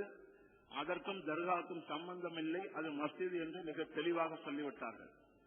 ஏனென்றால் வான்னல் மசாஜிதில்லாஹி ஃபலா ததுஉ மஅல்லாஹி அஹதா என்ற ஆயத்து எதை குறிக்கிறது என்பது நமக்கு தெரியும். அப்படி தமிழ்நாட்டிலோ இந்தியாவிலோ எந்த தர்காவிலும் அவுலியாக்களுடைய கபருக்கு மேலே கட்டப்படவில்லை. அப்படி கட்டினாலும் அதை நாங்கள் ஆதரிக்கவும் மாட்டோம். ஏனென்றால் பெருமானார் ஸல்லல்லாஹு அலைஹி வஸல்லம் தடை செய்திருக்கிறார்கள். சரி, சங்கைக்குரிய பெருமக்களே, வலிமார்கள் நபிமார்களை ஜியாரத் செய்வது மார்க்கத்தில் அனுமதிக்கப்பட்ட ஜாயிஸான சுன்னத்தான ஒரு காரியமாகும். அல்லாஹு ஜல்லஷானு வ தஆலாவை சந்திக்க சென்ற நபிகள் நாயகம் ஸல்லல்லாஹு அலைஹி வஸல்லம் அவர்கள் சுப்ஹானல்லதி அஸ்ரா பி அப்திஹி லைலன் மினல் மஸ்ஜிதில் ஹராம் இலல் மஸ்ஜிதில் அக்ஸா அல்லதி பாரகனா ஹவ்லஹு என்று சொல்லி காட்டுகிறான் இறைவன். மக்காவிலிருந்து நேராக பெருமானா ஸல்லல்லாஹு அலைஹி வஸல்லம் அவர்களை விண்ணுலகத்துக்கு அழைத்து செல்லவில்லை. பைத்துல் முகத்தஸ் சென்று அந்த பள்ளியிலே நபிமார்களுக்கெல்லாம் பெருமானா ஸல்லல்லாஹு அலைஹி வஸல்லம் தொழுகை நடத்தினார்கள். சரி, அந்த பள்ளியை பற்றி சொல்ல வரும்போது அல்லாஹ் என்ன சொல்கிறான்? அல்லதி பாரகனா ஹவ்லஹு, அந்த பைத்துல் முகத்தஸை சுற்றி நான் பரக்கத் செய்திருக்கிறேன் என்று அல்லாஹ் சொல்கிறான். அங்கே என்ன பரக்கத் இருக்கிறது சங்கைக்குரிய பெரியவர்களே? அங்கே வலிமார்கள் நபிமார்கள் அங்கே அடக்கம் செய்யப்பட்டிருக்கிறார்கள். எண்ணத்தொலையா நபிமார்கள் பைத்துல் முகத்தஸிலே நபியாக அனுப்பப்பட்டார்கள். அந்த நல்லோர்கள் எல்லாம் அங்கே உறங்கிக் கொண்டிருக்கிறார்கள். அப்படிப்பட்ட ஒரு புனிதமான இடத்திற்கு பெருமானா ஸல்லல்லாஹு அலைஹி வஸல்லம் அவர்களை முதலில் அல்லாஹு ஜல்லஷானு வ தஆலா அழைத்து சென்று விட்டு அப்புறம் தான் என்ன செய்கிறான்? வானலோகத்திற்கு அழைத்து செல்கிறான். அது மாத்திரமல்ல, வானலோகத்திற்கு போகின்ற வழியிலே நான் ஹஜரத் மூசா அலைஹிஸ்ஸலாம் அவர்களுடைய கபருக்கு சென்றேன். மரர்து அலா கபரி மூசா யுஸல்லி ஃபீ கபரிஹி அகி. பெருமானா ஸல்லல்லாஹு அலைஹி வஸல்லம் சொன்னார்கள், மூசா அலைஹிஸ்ஸலாம் அவர்கள் கபருக்குள்ளே தொழுது கொண்டிருந்ததை நான் கண்டேன் என்று சொன்னார்கள். நபிகள் நாயகம் ஸல்லல்லாஹு அலைஹி வஸல்லம் அவர்கள் கபரை ஜியாரத் செய்திருக்கிறார்கள் என்பது மாத்திரமல்ல, அவர்களுடைய கண்ணுக்கு உண்டான ஆற்றல் என்ன? மண்ணுக்குள்ளும் பார்க்கும், விண்ணுக்கு மேலும் பார்க்கும். மூசா நபி தொழுவதும் தெரிகிறது. இன்னில் ஆந்தர் இலைஹி மகாமி ஹாதா என்று மஸ்ஜிது நபவியிலே நின்று கொண்டு சொன்னார்கள். ஒயின்ன மவைதகுமல் ஹவுதுல் ஆந்தர் இலைஹி மகாமி ஹாதா, நீங்கள் கியாம நாளில் என்னை சந்திக்கின்ற இடம் ஹவுதுல் கௌசர், அதை நான் இங்கிருந்து கொண்டே பார்க்கிறேன் என்று சொன்னார்கள். அப்ப விண்ணுக்கு மேலும் பார்க்கும், மண்ணுக்கு கீழும் பார்க்கும். அப்படிப்பட்ட ஆற்றல் நிறைந்த கண் அந்த கண். அந்த கண்ணால் அதற்கு பெருமானா ஸல்லல்லாஹு அலைஹி வஸல்லம் அவர்கள் பார்க்கிறார்கள். அது மாத்திரமல்ல, அல்லாஹ் சொல்கிறான், வலா தகும் அலா கபரிஹி இன்னஹும் கஃபரு பில்லாஹி வ ரசூலிஹி. அல்லாஹ் ரசூலை மறுத்த காபிரானவர்களுடைய கபரிலே நீங்கள் சென்று நில்லாதீர்கள் என்று சொல்கிறான். அப்ப இதிலிருந்து தெரிகிறது, காபிர்களுடைய கபரைத்தான் ஜியாரத் செய்யக்கூடாது, மூமின்களுடைய கபரை ஜியாரத் செய்ய வேண்டும். அது மாத்திரமல்ல, வலவ் அன்னஹும் யுத்தலமு அன்ஃபுஸஹும் ஜாஊக ஃபஸ்தக்ஃபருல்லாஹ வஸ்தக்ஃபர லஹுமுர் ரசூல் லவஜதுல்லாஹ தவ்வாபர் ரஹீமா. மனிதர்கள் தத்தமது நப்சுக்கு அநீதம் இழைத்துக் கொண்டால் ஜாஊக நபியே அவர்கள் உங்களிடத்தில் வர வேண்டும். உங்களிடத்தில் வந்து என்னிடத்தில் அவர்கள் இஸ்திக்ஃபார் செய்ய வேண்டும். இந்த ஆயத்திலே உலகமெங்கும் இருக்கின்ற பாவிகள் பெருமானார் அவர்களுடைய சன்னிதானத்திற்கு வருவதை அல்லாஹ் சொல்கிறான். அப்ப ஜியாரத்திற்காக பயணம் செய்வது இந்த ஆயத்திலே இருக்கிறது. ரசூல், அந்த புனிதமான தர்பாரில் செய்யப்படுகின்ற துஆ கபூலாகும். அதற்கு அடையாளமாகத்தான் அந்த இடத்தில் என்று அல்லாஹ் தௌபா செய்ய இறைவன் சொல்கிறான். வெறும் தௌபா அல்ல, வஸ்தக்ஃபிர் ரசூல், அந்த தௌபாவை ஏற்றுக்கொள்ளும்படி அந்த ரசூல் என்னிடத்தில் இஸ்திக்ஃபார் செய்ய வேண்டும். ரசூலுல்லாஹ் அல்லாஹ் சொல்கிறான். அப்படி செய்தால் லவஜதுல்லாஹ தவ்வாபர் ரஹீமா, என்னை தவ்வாபாக ரஹீமாக பெற்றுக் கொள்வார்கள். அப்ப பெருமானா ஸல்லல்லாஹு அலைஹி வஸல்லம் ஹயாத்துன் நபியாக இருக்கிறார்கள் என்பதும் இந்த ஆயத்திலிருந்து தெரிகிறது. யார் என்னென்ன பாவத்திற்காக நிற்கிறார்கள், பாவிகள் தானே கதறுகிறார்கள், யா அல்லாஹ் என்னுடைய பாவத்தை மன்னித்து விடு என்று அவர்களுக்காக பெருமானா ஸல்லல்லாஹு அலைஹி வஸல்லம் இஸ்திக்ஃபார் செய்கிறார்கள். அது மாத்திரமல்ல, வெளியே நிற்கக்கூடியதை பார்க்கிறார்கள், கேட்கிறார்கள். பார்த்தால்தானே தெரியும் பெருமானா ஸல்லல்லாஹு அலைஹி வஸல்லம் அவர்களுக்கு நிற்பது. அப்ப ஹயாத்துன் நபி பார்க்கிறார்கள், கேட்கிறார்கள். ஏன்னா இத்தனைக்கு கபருக்கு மேல மண்ணு வேற போடப்பட்டிருக்கிறது. அதற்கு பிறகு சுற்றிலும் 4 இது இருக்கின்ற சுவர்கள் இருக்கின்றன. அதுதான் தர்கா. அதை விளங்கிடணும். கபரை சுற்றி 4 சுவர் இருக்கு. மதீனாவுல இன்னைக்கு இருக்குது. அந்த சுவத்துக்கு பின்னால என்ன திரை போடப்பட்டிருக்கிறது. இத்தனை தடைகளையும் மீறி பெருமானா ஸல்லல்லாஹு அலைஹி வஸல்லம் நாம் அங்கே கேட்கின்ற இஸ்திக்ஃபாரை அவர்கள் கேட்டு நமக்காக அல்லாஹ்விடத்தில் அவர்கள் இஸ்திக்ஃபார் செய்கிறார்கள். சரி, ஹுனாலிக தஆ ஜக்கரியா ரப்பஹ் கால ரப்பி ஹப் லி மின் லதுன்க துர்ரியத்தன் தய்யிபா என்று அல்லாஹ் ஜல்லஷானு வ தஆலா ஒரு இறைநேச பெண்மணி ஹஜ்ரத் மரியம் அலைஹிஸ்ஸலாம் அவர்களுடைய தர்பாரிலே இருந்து அமர்ந்து துஆ செய்ததை இறைவன் சொல்லி காட்டுகிறான். அப்ப நபிமார்களுடைய தர்பார் மாத்திரமல்ல, இறைநேசர்களுடைய தர்பாரும் புனிதமானது. அவர்கள் ஹயாத்தில் இருந்தாலும் சரி, மரணத்திற்கு பின்னர் இருந்தாலும் சரி.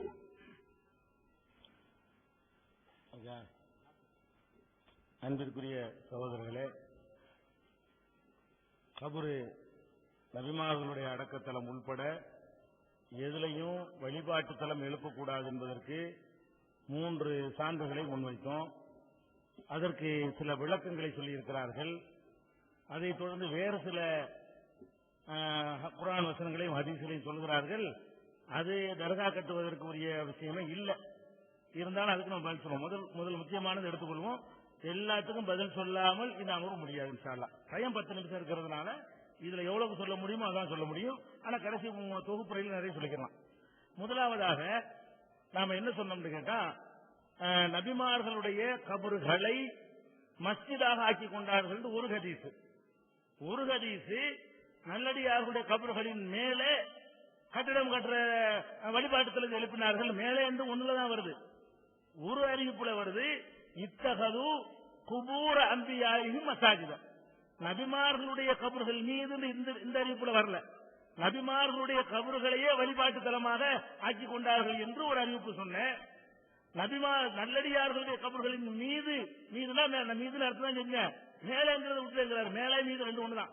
நபிமார்களுடைய நல்லடியார்களுடைய கபறுகளின் மீது கட்டடம் கட்டியவர்கள் அல்லாஹ்விட்ட சாபத்துக்குரியவர்கள் சொன்ன அவங்க அந்த மீதுங்கிறத மேலேந்து வைத்துக் கொண்டு என்ன கேட்கிறாங்கன்னு கேட்டா, இதுல மஸ்ஜிதுங்கிற வார்த்தை தான் வருது. நான் தமிழ்ல வணக்கத்தலம் என்று சொன்னாலும் என்ன வருது, இத்தகது குபூர் அம்பியாயும் மசாஜிது வருது. மசாஜித் என்பது மஸ்ஜிதுக்கு பன்மை, பள்ளி மஸ்ஜித் தான் அதுல வருது. இன்னொரு ஹதீஸ்ல நாம அந்த ஹபீசினியாவுடைய ஹதீஸ்ல பனவலா கபரிக்கு மஸ்ஜிதுங்கிறது வருது. அவங்க என்ன வாதம் வைக்கிறாங்கன்னு நான் உங்களுக்கு முதல் விளக்கிட்டு பதில் சொல்றேன். என்ன வாதம் வைக்கிறாங்கன்னு கேட்டா, இதுல மஸ்ஜிது கட்டக்கூடாதுன்னு தான் வருது. மஸ்ஜிதுங்கிற வார்த்தை வருது. அதுக்கு என்ன அர்த்தமா, இங்க ஒரு ஆள் அடங்கிட்டாங்க, அவரை அடக்கம் பண்ணி அந்த இடத்திலேயே பள்ளிவாசல் ஆக்கக்கூடாதான். எதை நம்ம மஸ்ஜிதாக வச்சிருக்கிறோமோ அதுல கொண்டே கபரை வைக்க கூடாது. கபரை தனியா கட்டினோம்னா அதுக்கு பேர் மஸ்ஜிது இல்ல. ஏன்னா நீங்க எல்லாரும் விளங்கி வச்சிருக்கீங்க, மஸ்ஜிது என்ற வார்த்தை அல்லாஹ் தொழுகிற பள்ளிவாசலுக்கு தான் பயன்படுத்தப்படும். அது அந்த விளக்கத்தை நீங்க எல்லாம் விளங்கி வச்சிருக்கீங்கல்ல, நம்மள அறிஞ்சு வச்சிருக்கிறோம்ல, அதை பயன்படுத்தி கொண்டு ஆர்குமெண்ட் என்ன வைக்கிறாங்கன்னு கேட்டா, கபூர்களை நாங்க பள்ளிவாசலவா ஆக்குறோம், கபூர் இருக்கிற இடத்தையா நாங்க பள்ளிவாசல வச்சு தொழுதுகிட்டு இருக்கிறோம். பள்ளிவாசல் தனியா இருக்கு, தர்கா தனியாவுல இருக்கு. ரசூலுல்லாஹ் மஸ்ஜிதுங்கிற வார்த்தையில யூஸ் பண்ணி இருக்கிறாங்க சொல்றாங்கல்ல. இந்த ஹதீஸிலேயே அவர்களுடைய சொல்லுக்கு மறுப்பு இருக்கிறது. என்ன மறுப்பு இருக்குது? மறுப்புக்கு முன்னாடி ஒரு அடிப்படை சொல்லிடுறேன். அரபு மொழியாக இருந்தாலும் வேற எந்த மொழியாக இருந்தாலும் சில சொற்களுக்கு பெரும்பாலும் கொள்ளக்கூடிய ஒரு அர்த்தம் இருக்கும், சில நேரங்களில் கொள்ள வேண்டிய வேற அர்த்தம் இருக்கும். அந்த இடத்தை வச்சு தீர்மானிக்கணும். உதாரணமா நம்ம தொழுகைங்கிற வணக்கம் இருக்கிறது. இது எதுக்கு சொல்றேன்னா, இது புரிந்து கொள்வது தெளிவா நீங்க புரியுறதுக்காக தான் எல்லாத்தையும் எடுத்து வைக்கிறேன். தொழுகை என்ற வணக்கத்தை குறிப்பதற்கு அரபியில சலாத் என்று சொல்லுவோம், எல்லாருக்கும் தெரியும். இந்த சலாத்துனா தொழுகைங்கிற அர்த்தம்ங்க. எல்லா இடத்துலயும் தொழுகைன்னு தான் அர்த்தம் கொடுக்கணும். ஒரு இடத்துல குர்ஆன்ல எடுத்து பாத்தீங்கன்னா நிறைய இடம் இருக்கு. உதாரணத்துக்கு ஒரு இடத்துல இந்த தொழுகைன்னு குறிக்க இயலாது. சலாத்துங்கிற வார்த்தை வந்திருக்கு, தொழுகைன்ற அர்த்தம் கொள்ளவே இயலாது. என்ன வசனம் அது? மக்காவுடைய காபிர்கள் காபத்துல்லாவுல வணக்கம் செய்வாங்க இல்லையா, அவங்க வணக்கம் என்னன்னு கேட்டா விசில் அடிப்பாங்க, கை தட்டுவாங்க. இதான் அவங்களுடைய வணக்கம். வேற நம்மள மாதிரி எல்லாம் இறைவனை வழிபடுற மாதிரி வழிபட மாட்டாங்க.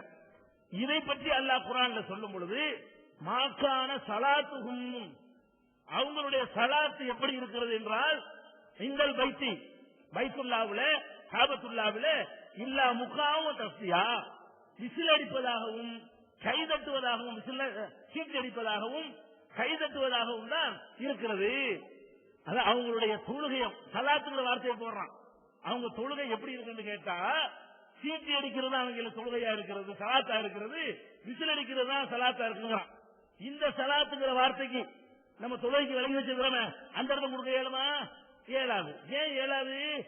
அந்த சூழ்நிலை அங்க நடக்கிறது, அங்க ஒழு செய்யல, அவனுக்கு ஈமான் இல்ல, அவன் கிப்லாவை நோக்கல, ருக்கு செய்தா செய்யல, சீட்டி விசில் அடிக்கிறான், அதை போய் தொழுகைன்னு சொல்ல இயலாது. அதனால அந்த தொழுகைன்ற அர்த்தம் செய்யாம மற்ற எல்லா இடத்திலையும் சலாத்துக்கு தொழுகைன்னு அர்த்தம் செய்யணும். இந்த இடத்துல மாத்திரம் அவங்களுடைய வழிபாட்டு முறை, அல்ல அவங்களுடைய வணக்கம், கடவுளை வழிபடுகிற லட்சணம், இப்படிங்கிற மாதிரி கருத்து தான் நாங்க கொடுக்க முடியுமே தவிர தொழுகைன்னு கொடுக்க இயலாது.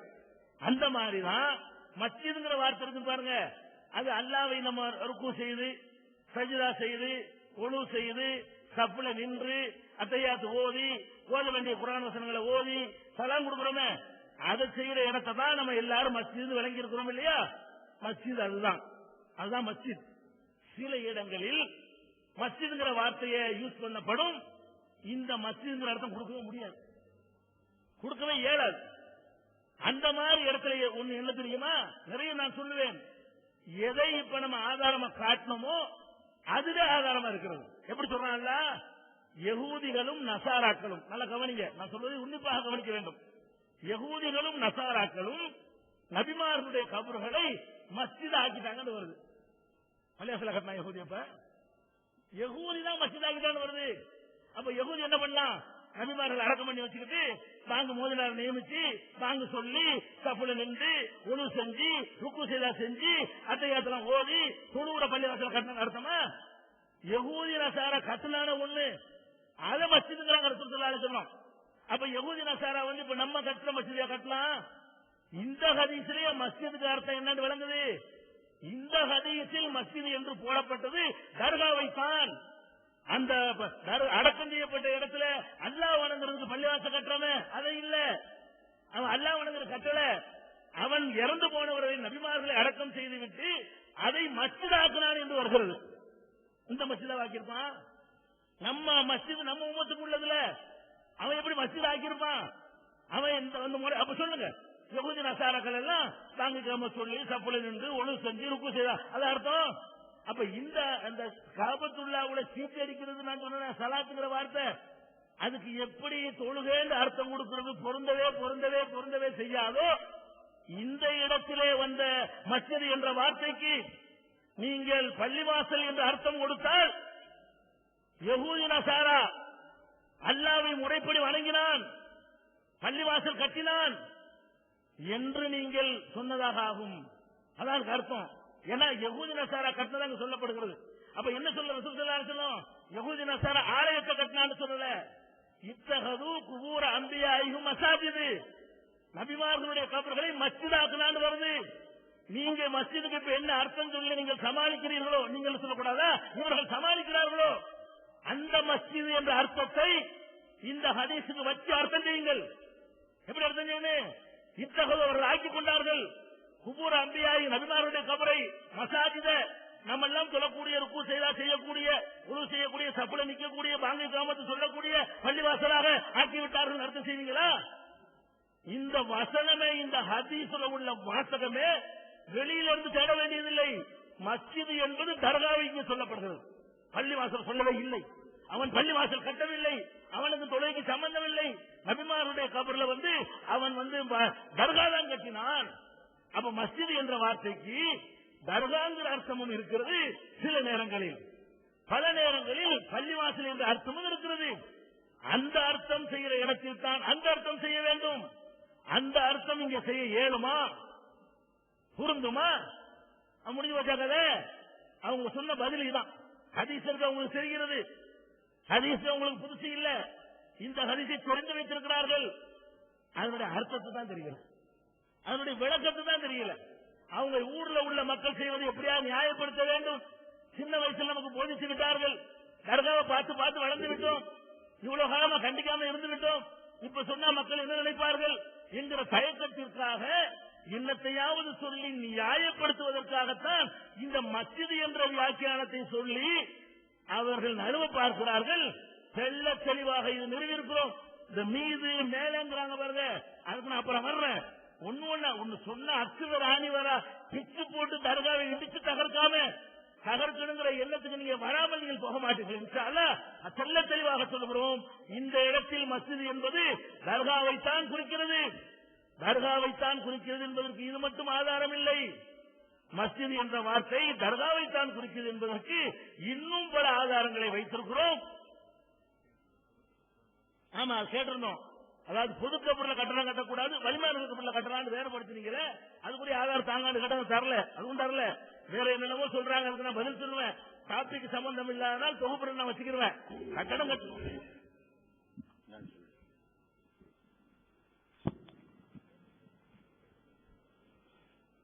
அன்பு நண்பர்களே,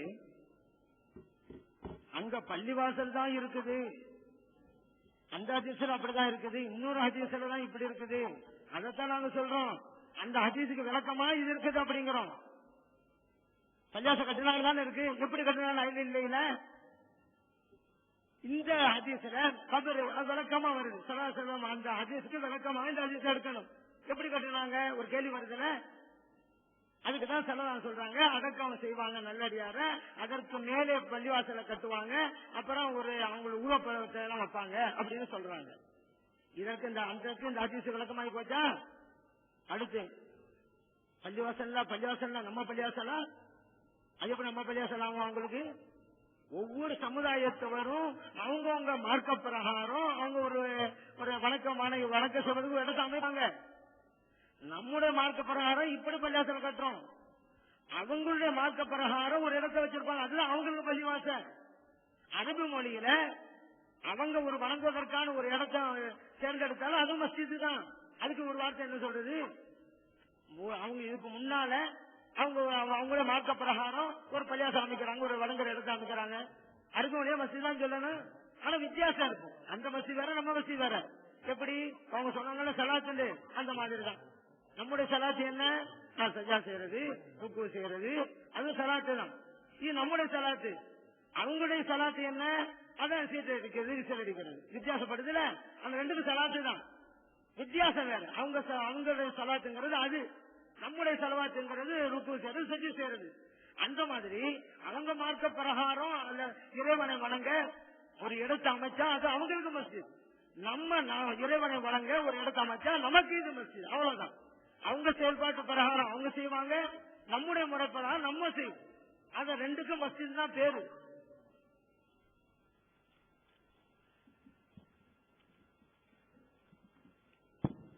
இங்க ஒரு தவறான கருத்து சொல்லப்பட்டது. அதாவது நபின்னு சொன்னா உறுதிதான், நமக்கு தெரியும், அது அல்லாஹு தஆலா முடிவு பண்ணாச்சு. ஆனா இறைநேசர் சொன்னா நமக்கு தெரியாது அப்படின்னு சொன்னாங்க. நான் கேட்கிறேன், நபின்னு சொன்னா அது உறுதிதான்னா எப்படி? அல்லாஹு தஆலா வந்து மனிதர்கள் சொல்கிறானா இது ஏன் நபிதான் அப்படின்னு? அப்படி எங்க மேல் சொல்லலையே. அபூபக்கர் சித்திக் ரலியல்லாஹு அன்ஹு அவங்க நபி ஸல்லல்லாஹு அலைஹி வஸல்லம் அவங்கள நபின்னு முடிவு பண்ணாங்க. எப்படி முடிவு பண்ணாங்க? அவங்கள்ட்ட அல்லாஹு தஆலா வந்து இது என் நபிதான், கட்டப்பட்டு நடைங்க அப்படின்னு சொன்னாங்களா? சொல்லவே இல்லை. அப்புறம் எப்படி முடிவு பண்ணாங்க? நபி ஸல்லல்லாஹு அலைஹி வஸல்லம் அவர்களுடைய பண்புகளை வைத்து, அவர்கள் இதுவரை வாழ்நாளில் ஒரு பொய் சொன்னதில்லை, இதுவரை வாழ்நாளில் ஒரு கெட்ட சமாச்சாரங்கள் செய்ததில்லை, இதுவரை வாழ்நாளில் ஒரு நாகரீக குறைவை காட்டியதில்லை. அந்த பண்பாட்டை அடிப்படையாக வைத்து அதற்கு பிறகு சாதாரண மக்களில் இன்று வெளிப்படாத பல அற்புதங்கள் அவர்களில் இன்று வெளிப்பட்ட போது இது அல்லாஹுடைய ரசூல் தான் என்று அவர்கள் தான் முடிவு பண்ணினார்களே தவிர அல்லாஹு தஆலா வந்து சொல்லவில்லை. இது போன்று நபி ஸல்லல்லாஹு அலைஹி வஸல்லம் அவர்களுக்கு பிறகு எது கிடையாது. ஆனால் இறைநேசர்கள் உண்டு. எப்படி நபியை பண்புகளின் அற்புதங்களை அடிப்படையாக வைத்து மனிதர்கள் முடிவு செய்கிறார்களோ அதுபோன்று இறைநேசர்களையும் அவர்களது தூய பண்புகளை, தூய வாழ்க்கையை அடிப்படையாக வைத்தும் அவர்களுக்கு அல்லாஹு தஆலா கொடுக்கக்கூடிய அசாதாரணமான ஆற்றலை அடிப்படையாக வைத்தும் மனிதர்கள் முடிவு செய்கிறார்கள். எனவே நபியை நமக்கு நபி என்று உறுதி செய்வதை போல இறைநேசரை என்று உறுதி செய்ய முடியும். எனவே நபியை உறுதி செய்ய முடியும், இறைநேசரை உறுதி செய்ய முடியாது என்பது தவறான கருத்து என்று சொல்லிக் கொள்கிறேன்.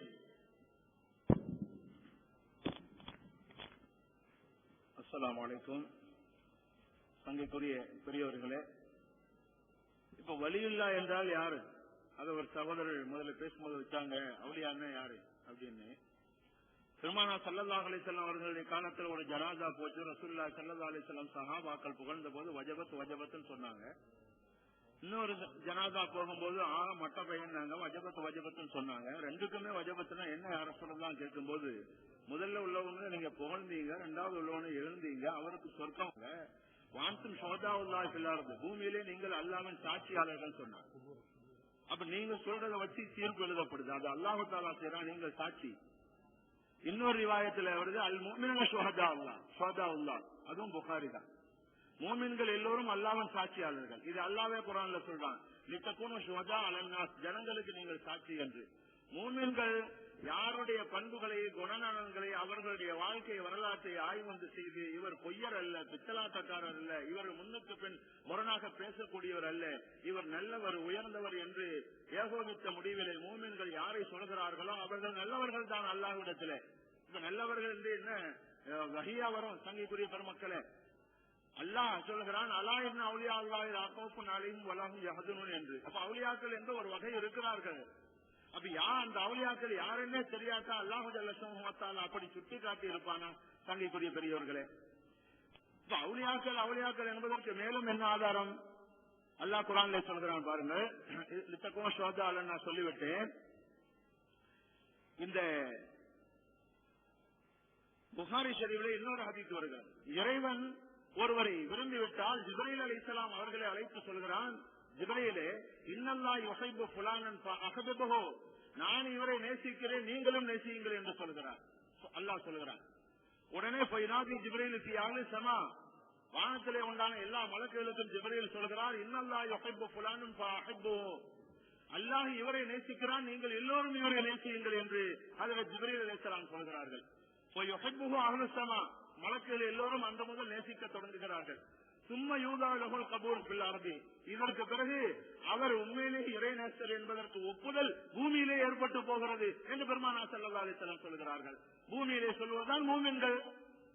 சங்கைக்குரிய பெருமக்களே, அப்ப அல்லாஹு ஜல்ல ஷஅனுஹு வ தஆலா ஒரு நல்லவரை மலக்குகள் மூலம் பாராட்டுகிறான். அந்த பாராட்டு பூமியிலே ஏற்படுத்தப்பட்டு மக்கள் எல்லோரும் வலியுல்லா என்று சொல்கிறார்கள். இதற்கும் குர்ஆனிலே ஆயத் இருக்கிறது. அல்லாஹ் சொல்கிறான், லஹுமுல் புஷ்ரா ஃபில் ஹயாத்தித் துன்யா வ ஃபில் ஆகிரா, இந்த உலகத்திலும் உங்களுக்கு நன்மாராயம். உலகத்தில் எல்லாரும் அவுலியா சொல்வாங்க, அது பெரிய பாக்கியம் தானே. அப்போ ஒஃபில் ஆகிரா, மறு உலகத்துல மலக்குகள் எல்லோரும் வாங்க வாங்க என்று வரவேற்பார்கள். சங்கைக்குரிய பெருமக்களே, அப்ப இறை நேசர் என்பதற்கு எத்தனையோ ஆயத்துக்களும் ஹதீஸும் தான் இந்த இறை நேசர்கள் என்பதை உறுதி செய்கின்றன என்பதை நாம் தெரிந்து கொள்ள வேண்டும். சங்கைக்குரிய பெருமக்களே, இன்னொரு விஷயத்தை நான் ஒரு முக்கியமான விஷயமாக வைக்கிறேன். குர்ஆன் இருக்கிறது. இந்த குர்ஆன் நாம் எல்லோரும் நம்பி இருக்கிறோம், லைப ஃபீஹி, இதில் சந்தேகம் கிடையாது. ஆனால் இந்த குர்ஆன் அல்லாஹ்விடத்திலிருந்து வந்தது என்பதற்கு என்ன ஆதாரம் இருக்கிறது? சொல்லுங்கள் பார்ப்போம். குர்ஆன் தானங்க, இது புகாரில இருக்கு, அதுல இருக்கு, இதுல இருக்கு. இந்த குர்ஆன் தானே எல்லாத்திலும் இருக்குது. அல்லாஹ்விடத்திலிருந்து வந்து என்ன ஆதாரம்?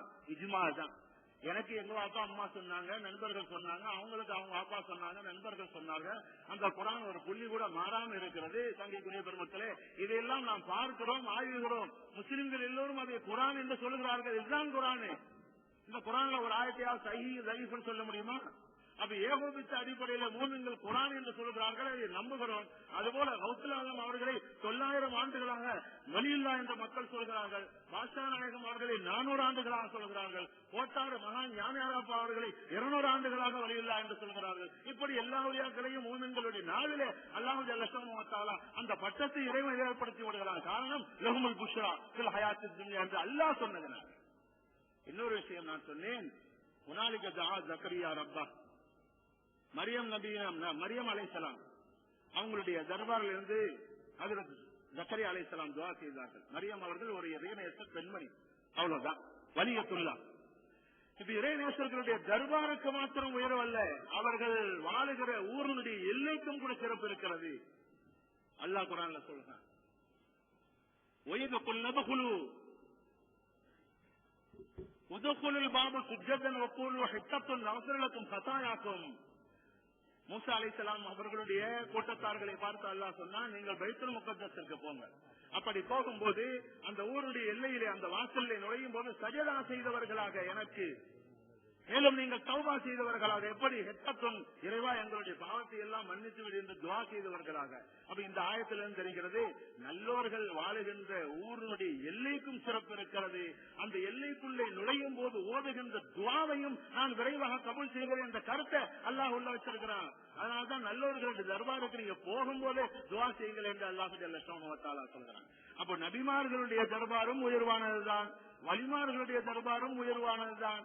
அங்கே துஆ செய்தாலும் அல்லாஹ் கபூல் செய்கிறான், இங்கே துஆ செய்தாலும் அல்லாஹ் கபூல் செய்கிறான்.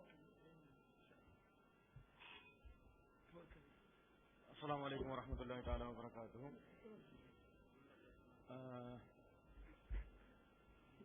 மஸ்ஜிதை பற்றி ஒரு பரப்பு நடந்துகிட்டே இருந்தது. மஸ்ஜித் என்றால் என்ன, அப்படிங்கறத ஒரு சர்ச்சை. அதுல அவர் நம்ம கருத்தை நம்ம சொன்னதை அப்படி ஒத்துக்கிட்டார். முதல்ல சொன்னாரு, ரசூலுல்லாஹ் மஸ்ஜித் கட்ட சொன்னாங்கன்னா நம்ம தொழுகிறோமே அந்த பள்ளியை கட்ட சொல்றோம், அதை சொல்ல நாங்க அப்படியா கட்டுறோம்? மூத்தா போன கபருக்கு மேல நாங்க பள்ளிவாசல் கட்டி அங்க தொழுகிறது இல்ல, தொழுகிறதுக்கு வேற இடத்துல கட்டிக்கிறோம். இங்க நாங்க தர்கா கட்டி இங்க நாங்க வேற வேலை தான் செய்யறோமே தவிர நாங்க பாங்கு சொல்லி 5 வக்து தொழுகிறது, ஜும்மா நடத்துறது, இந்த மாதிரி வேலையெல்லாம் நாங்க செய்யறது இல்ல. அதுக்கு பேர் தான் நம்ம மஸ்ஜித்னு சொல்லுவோம். அந்த வேலையை நாங்க இந்த பள்ளியில செய்யறது, இந்த இடத்துல செய்யறது இல்ல. இங்க நாங்க வேற விஷயங்கள் தான் செய்வோம் தவிர இந்த தொழுகை வணக்க வழிபாட்டுகளுக்கு அல்லாஹ்வை வணங்குவதற்குரிய வேலைகளை செய்வதற்கு தனியாக மஸ்ஜிதை கட்டிக்கொள்வோம் அப்படின்னு வாக்குமூலம் கொடுத்துட்டார். இதுதான் ரசூலுல்லாஹ் தடுத்தாங்க. ரசூலுல்லாஹ் அதையும் அவரே ஒத்துக்கிட்டார். அந்த நசாராக்கள் யகூதிகள் எல்லாம் என்ன செய்தார்கள் என்றால், அவர் சொன்னாரு, அவங்க நம்ம தொழுகை முறையை தொழுதாங்க, அவங்க தொழுகை முறை வேறையாக இருந்தது. சீட்டடிக்கிறதுக்கு ஒவ்வொரு ஆளும் ஒவ்வொரு தொழுகை முறையை வச்சிருந்தாங்க. வணங்கு முறையை ஒவ்வொரு ஆளும் ஒவ்வொரு வணங்கு முறையை வச்சிருந்தாங்க. அந்த மாதிரிதான் நாங்களும் வேற வணங்கு முறையை வச்சுக்கிட்டு இருக்கிறோம். வழக்கமா தொழுகிற தொழுகை நாங்க வேற வச்சுக்கிட்டு இருக்கிறோம். இங்க ஒரு மஸ்ஜித் கட்டி இருக்கிறோம், இது அல்லாஹ் வணங்குறதுக்கு இல்ல, இங்க நாங்க வேற மாதிரி வணங்குவோம் இது அப்படின்னு சொல்லிட்டு அவரே ஒத்துக்கிட்டார். நம்ம என்னத்தை சொன்னோமோ அதே அவர் வேறு சில வார்த்தைகளிலே சொன்னார். அப்புறம் இன்னொன்னு சொன்னார், இன்னொரு அற்புதமான வாதத்தை எடுத்து வச்சார். கபர்களுக்கு மேலே பூசக்கூடாது அப்படின்னு சொல்லி நம்ம தடுத்தாங்க ரசூலுல்லாஹ் சொன்ன உடனே, கபர்களை பூசக்கூடாது நம்ம சொன்னாங்க உடனே அதுக்கு அவர் சொன்னாரு, கபருன்னா என்னன்னு தெரியுமா உங்களுக்கு? மற்ற ஹதீஸ் எல்லாம் பாருங்க, கபர்களுக்கு மேலே உட்கார்றதை தடுத்தாங்க, கபர்களுக்கு மேலே அப்படி செய்யறதை தடுத்தாங்க, கபர்களுக்கு மேலே சாயறதை தடுத்தாங்க. ஆனா இங்க கபருன்னு இருக்குது. கபருண்டா என்ன தெரியுமா? கபருக்கு மேல உள்ள பகுதி இல்ல, பூமிக்கு இடையில, பூமிக்கு உள்ள பகுதி இருக்கு பாத்தீங்களா, அந்த பகுதிக்கு பேர் தான் கபரு. உள்ளக்க மையத்தை வச்சு அந்த மையத்தை அடங்கி இருக்குமே மையத்துடைய வீடு அப்படி சொன்னார், அந்த வீட்டுக்கு பேர் தான் கபரு. அதை தான் பூசக்கூடாது ரசூலுல்லாஹ் சொன்னாங்க. கபரு உள்ளக்க ஜனாசா வச்ச பிறகு, மையத்தை உள்ள வச்ச பிறகு உள்ள பூசக்கூடாது. இதுதான் ரசூலுல்லாஹ் தடுத்தாங்க, மேல கட்டுறது தடுக்கல அப்படின்னு சொன்னாரு. அவ கபருண்டா என்னவா? உள்ளக்க உள்ளது. ரசூலுல்லாஹ் உள்ள ஜனாசா ரசூலுல்லாஹ் மூத்தவனை உள்ள வைத்தார்களே, கபரு குழியை தோண்டி உள்ள வைத்தார்களே, அதுக்கு பேர் தான் கபரு. நம்ம குழியை தோண்டி 6 அடி ஆழத்துல தோண்டி 8 அடி ஆழத்துல தோண்டி உள்ளத்துக்கு வைக்கிறோமே, அதுக்கு பேர் தான் கபரு அப்படின்றார். ரசூலுல்லாஹ் அது இல்லன்னு இன்னும் மறுக்கிறாங்க. நம்ம எடுத்து வச்ச ஹதீஸ் தான், புதுசா வேண்டியது இல்ல. அது என்ன சொல்றாங்க? லஅனல்லாஹு யஹூத வ நஸாரா இத்தஹது குபூர அன்பியாஹிம் அப்படின்னு சொல்லி சொல்றாங்க ரசூலுல்லாஹ். என்ன சொல்றாங்க? அல்லாஹ் யஹூதிகளையும் நஸாராக்களையும் சபிப்பானாக, அவங்களோட அல்லாஹ்வுடைய சாபம் அவர்கள் மீது உண்டாகட்டும். ஏன் தெரியுமா? அவங்க தங்களுடைய நபிமார்களுடைய கபர்களை மஸ்ஜிதுகளாக ஆக்கிவிட்டார்கள் அப்படின்னு சொல்லி ரசூலுல்லாஹ் தடுத்திருக்காங்க. அப்ப என்ன செஞ்சாங்களா? அவர் சொல்ற பிரகாரம் கபர உள்ளக தோண்டி நபிமார்கள் அடைக்கிருப்பாங்கல்ல, அதை தோண்டி உள்ளக மஸ்ஜித் கட்டினாங்களாம். அப்படி வாகனத்தை எடுத்து வைக்கிறார். இதே ரசூலுல்லாஹ் சொன்னாங்க, கபருண்டா இதுதானா? உள்ளக தோன்றதுக்கு பேர் தான் கபரா? அதுவும் கபரு தான், அதுக்கு மேல உள்ள பகுதியும் கபரு தான். இதான் கூட புரியாம வந்துட்டு இருக்காரு.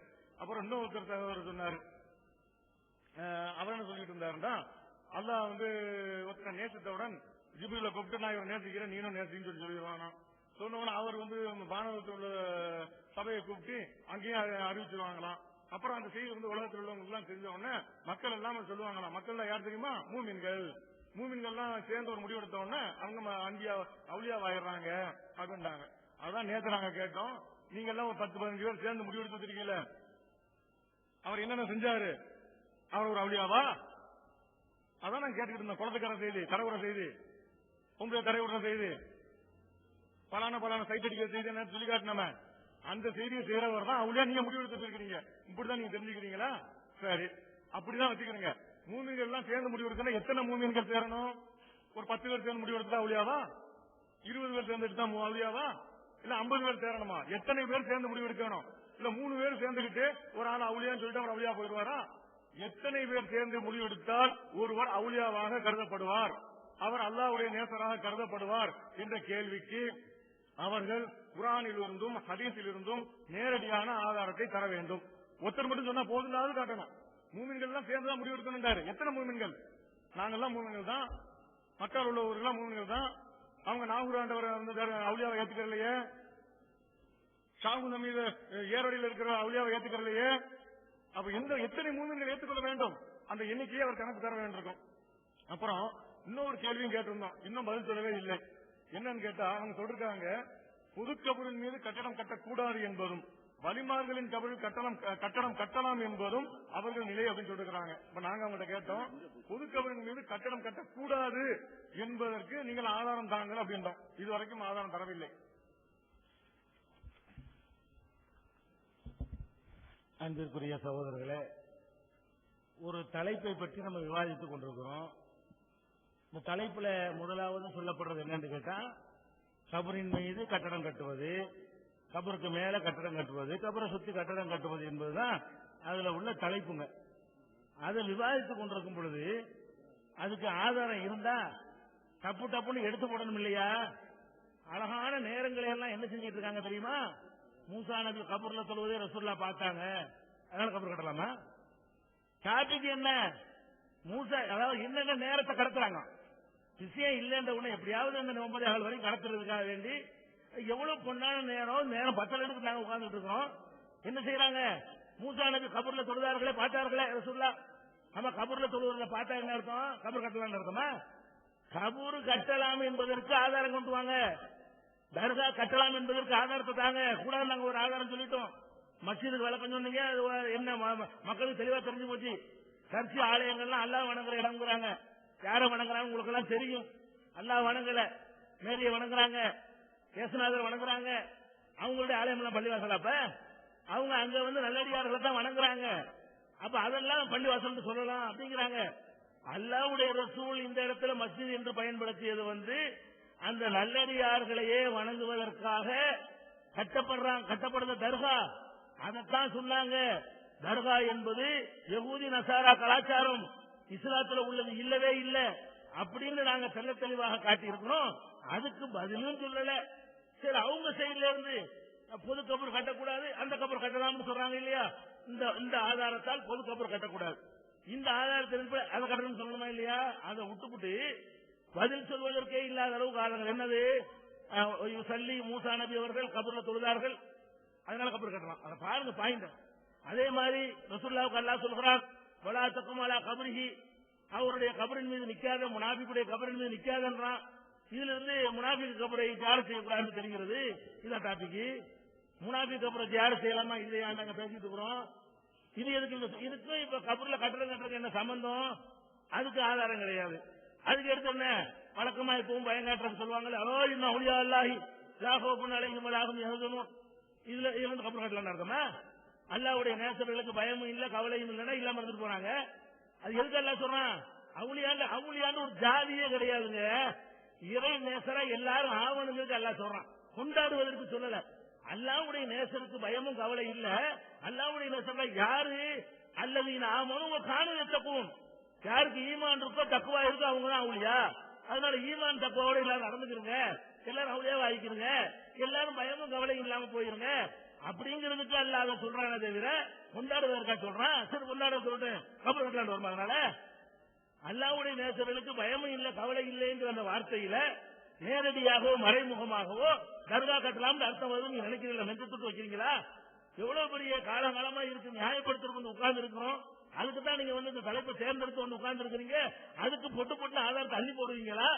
சம்பந்தம் இல்லாம இருக்கிற மக்கள் எவ்வளவு பொண்ணா நேரத்தை ஒதுக்கிவிட்டு எவ்வளவு கஷ்டப்பட்டு உட்கார்ந்து இருக்கிறார்கள். அவங்களுக்கு மன நிறைவடையாவது நீங்கள் எந்த கருத்துல உள்ள மக்களை கூட்டி வந்து அவங்க மனசு நிறைவடைகிற அளவுலையாவது நீங்கள் ஆதாரத்தை வைக்க வேண்டாமா? இதெல்லாம் ஒரு ஆதாரமா?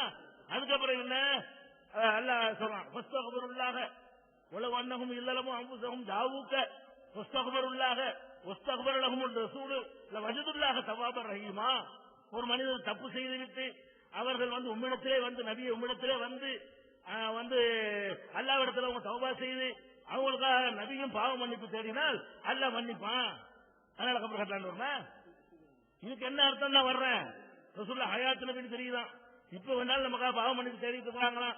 இந்த ஆயத்தை எப்படி புரிந்திருக்கிறார்கள் என்பதற்கு அடுக்கடுக்க நான் கேள்வி வைக்கிறேன். அதுக்கு அரை செகண்ட் பத்தாது, கொஞ்ச நேரம் பத்தாது. ஆனால் கேள்வி என்ன என்று சொன்னால், இதுல இருந்து தர்கா கட்டலான்னு வருமா? தர்கா கட்ட கூடாதுன்னு ஆதாரம் வச்சோம், உடைக்கல, உங்களால் உடைக்க முடியல.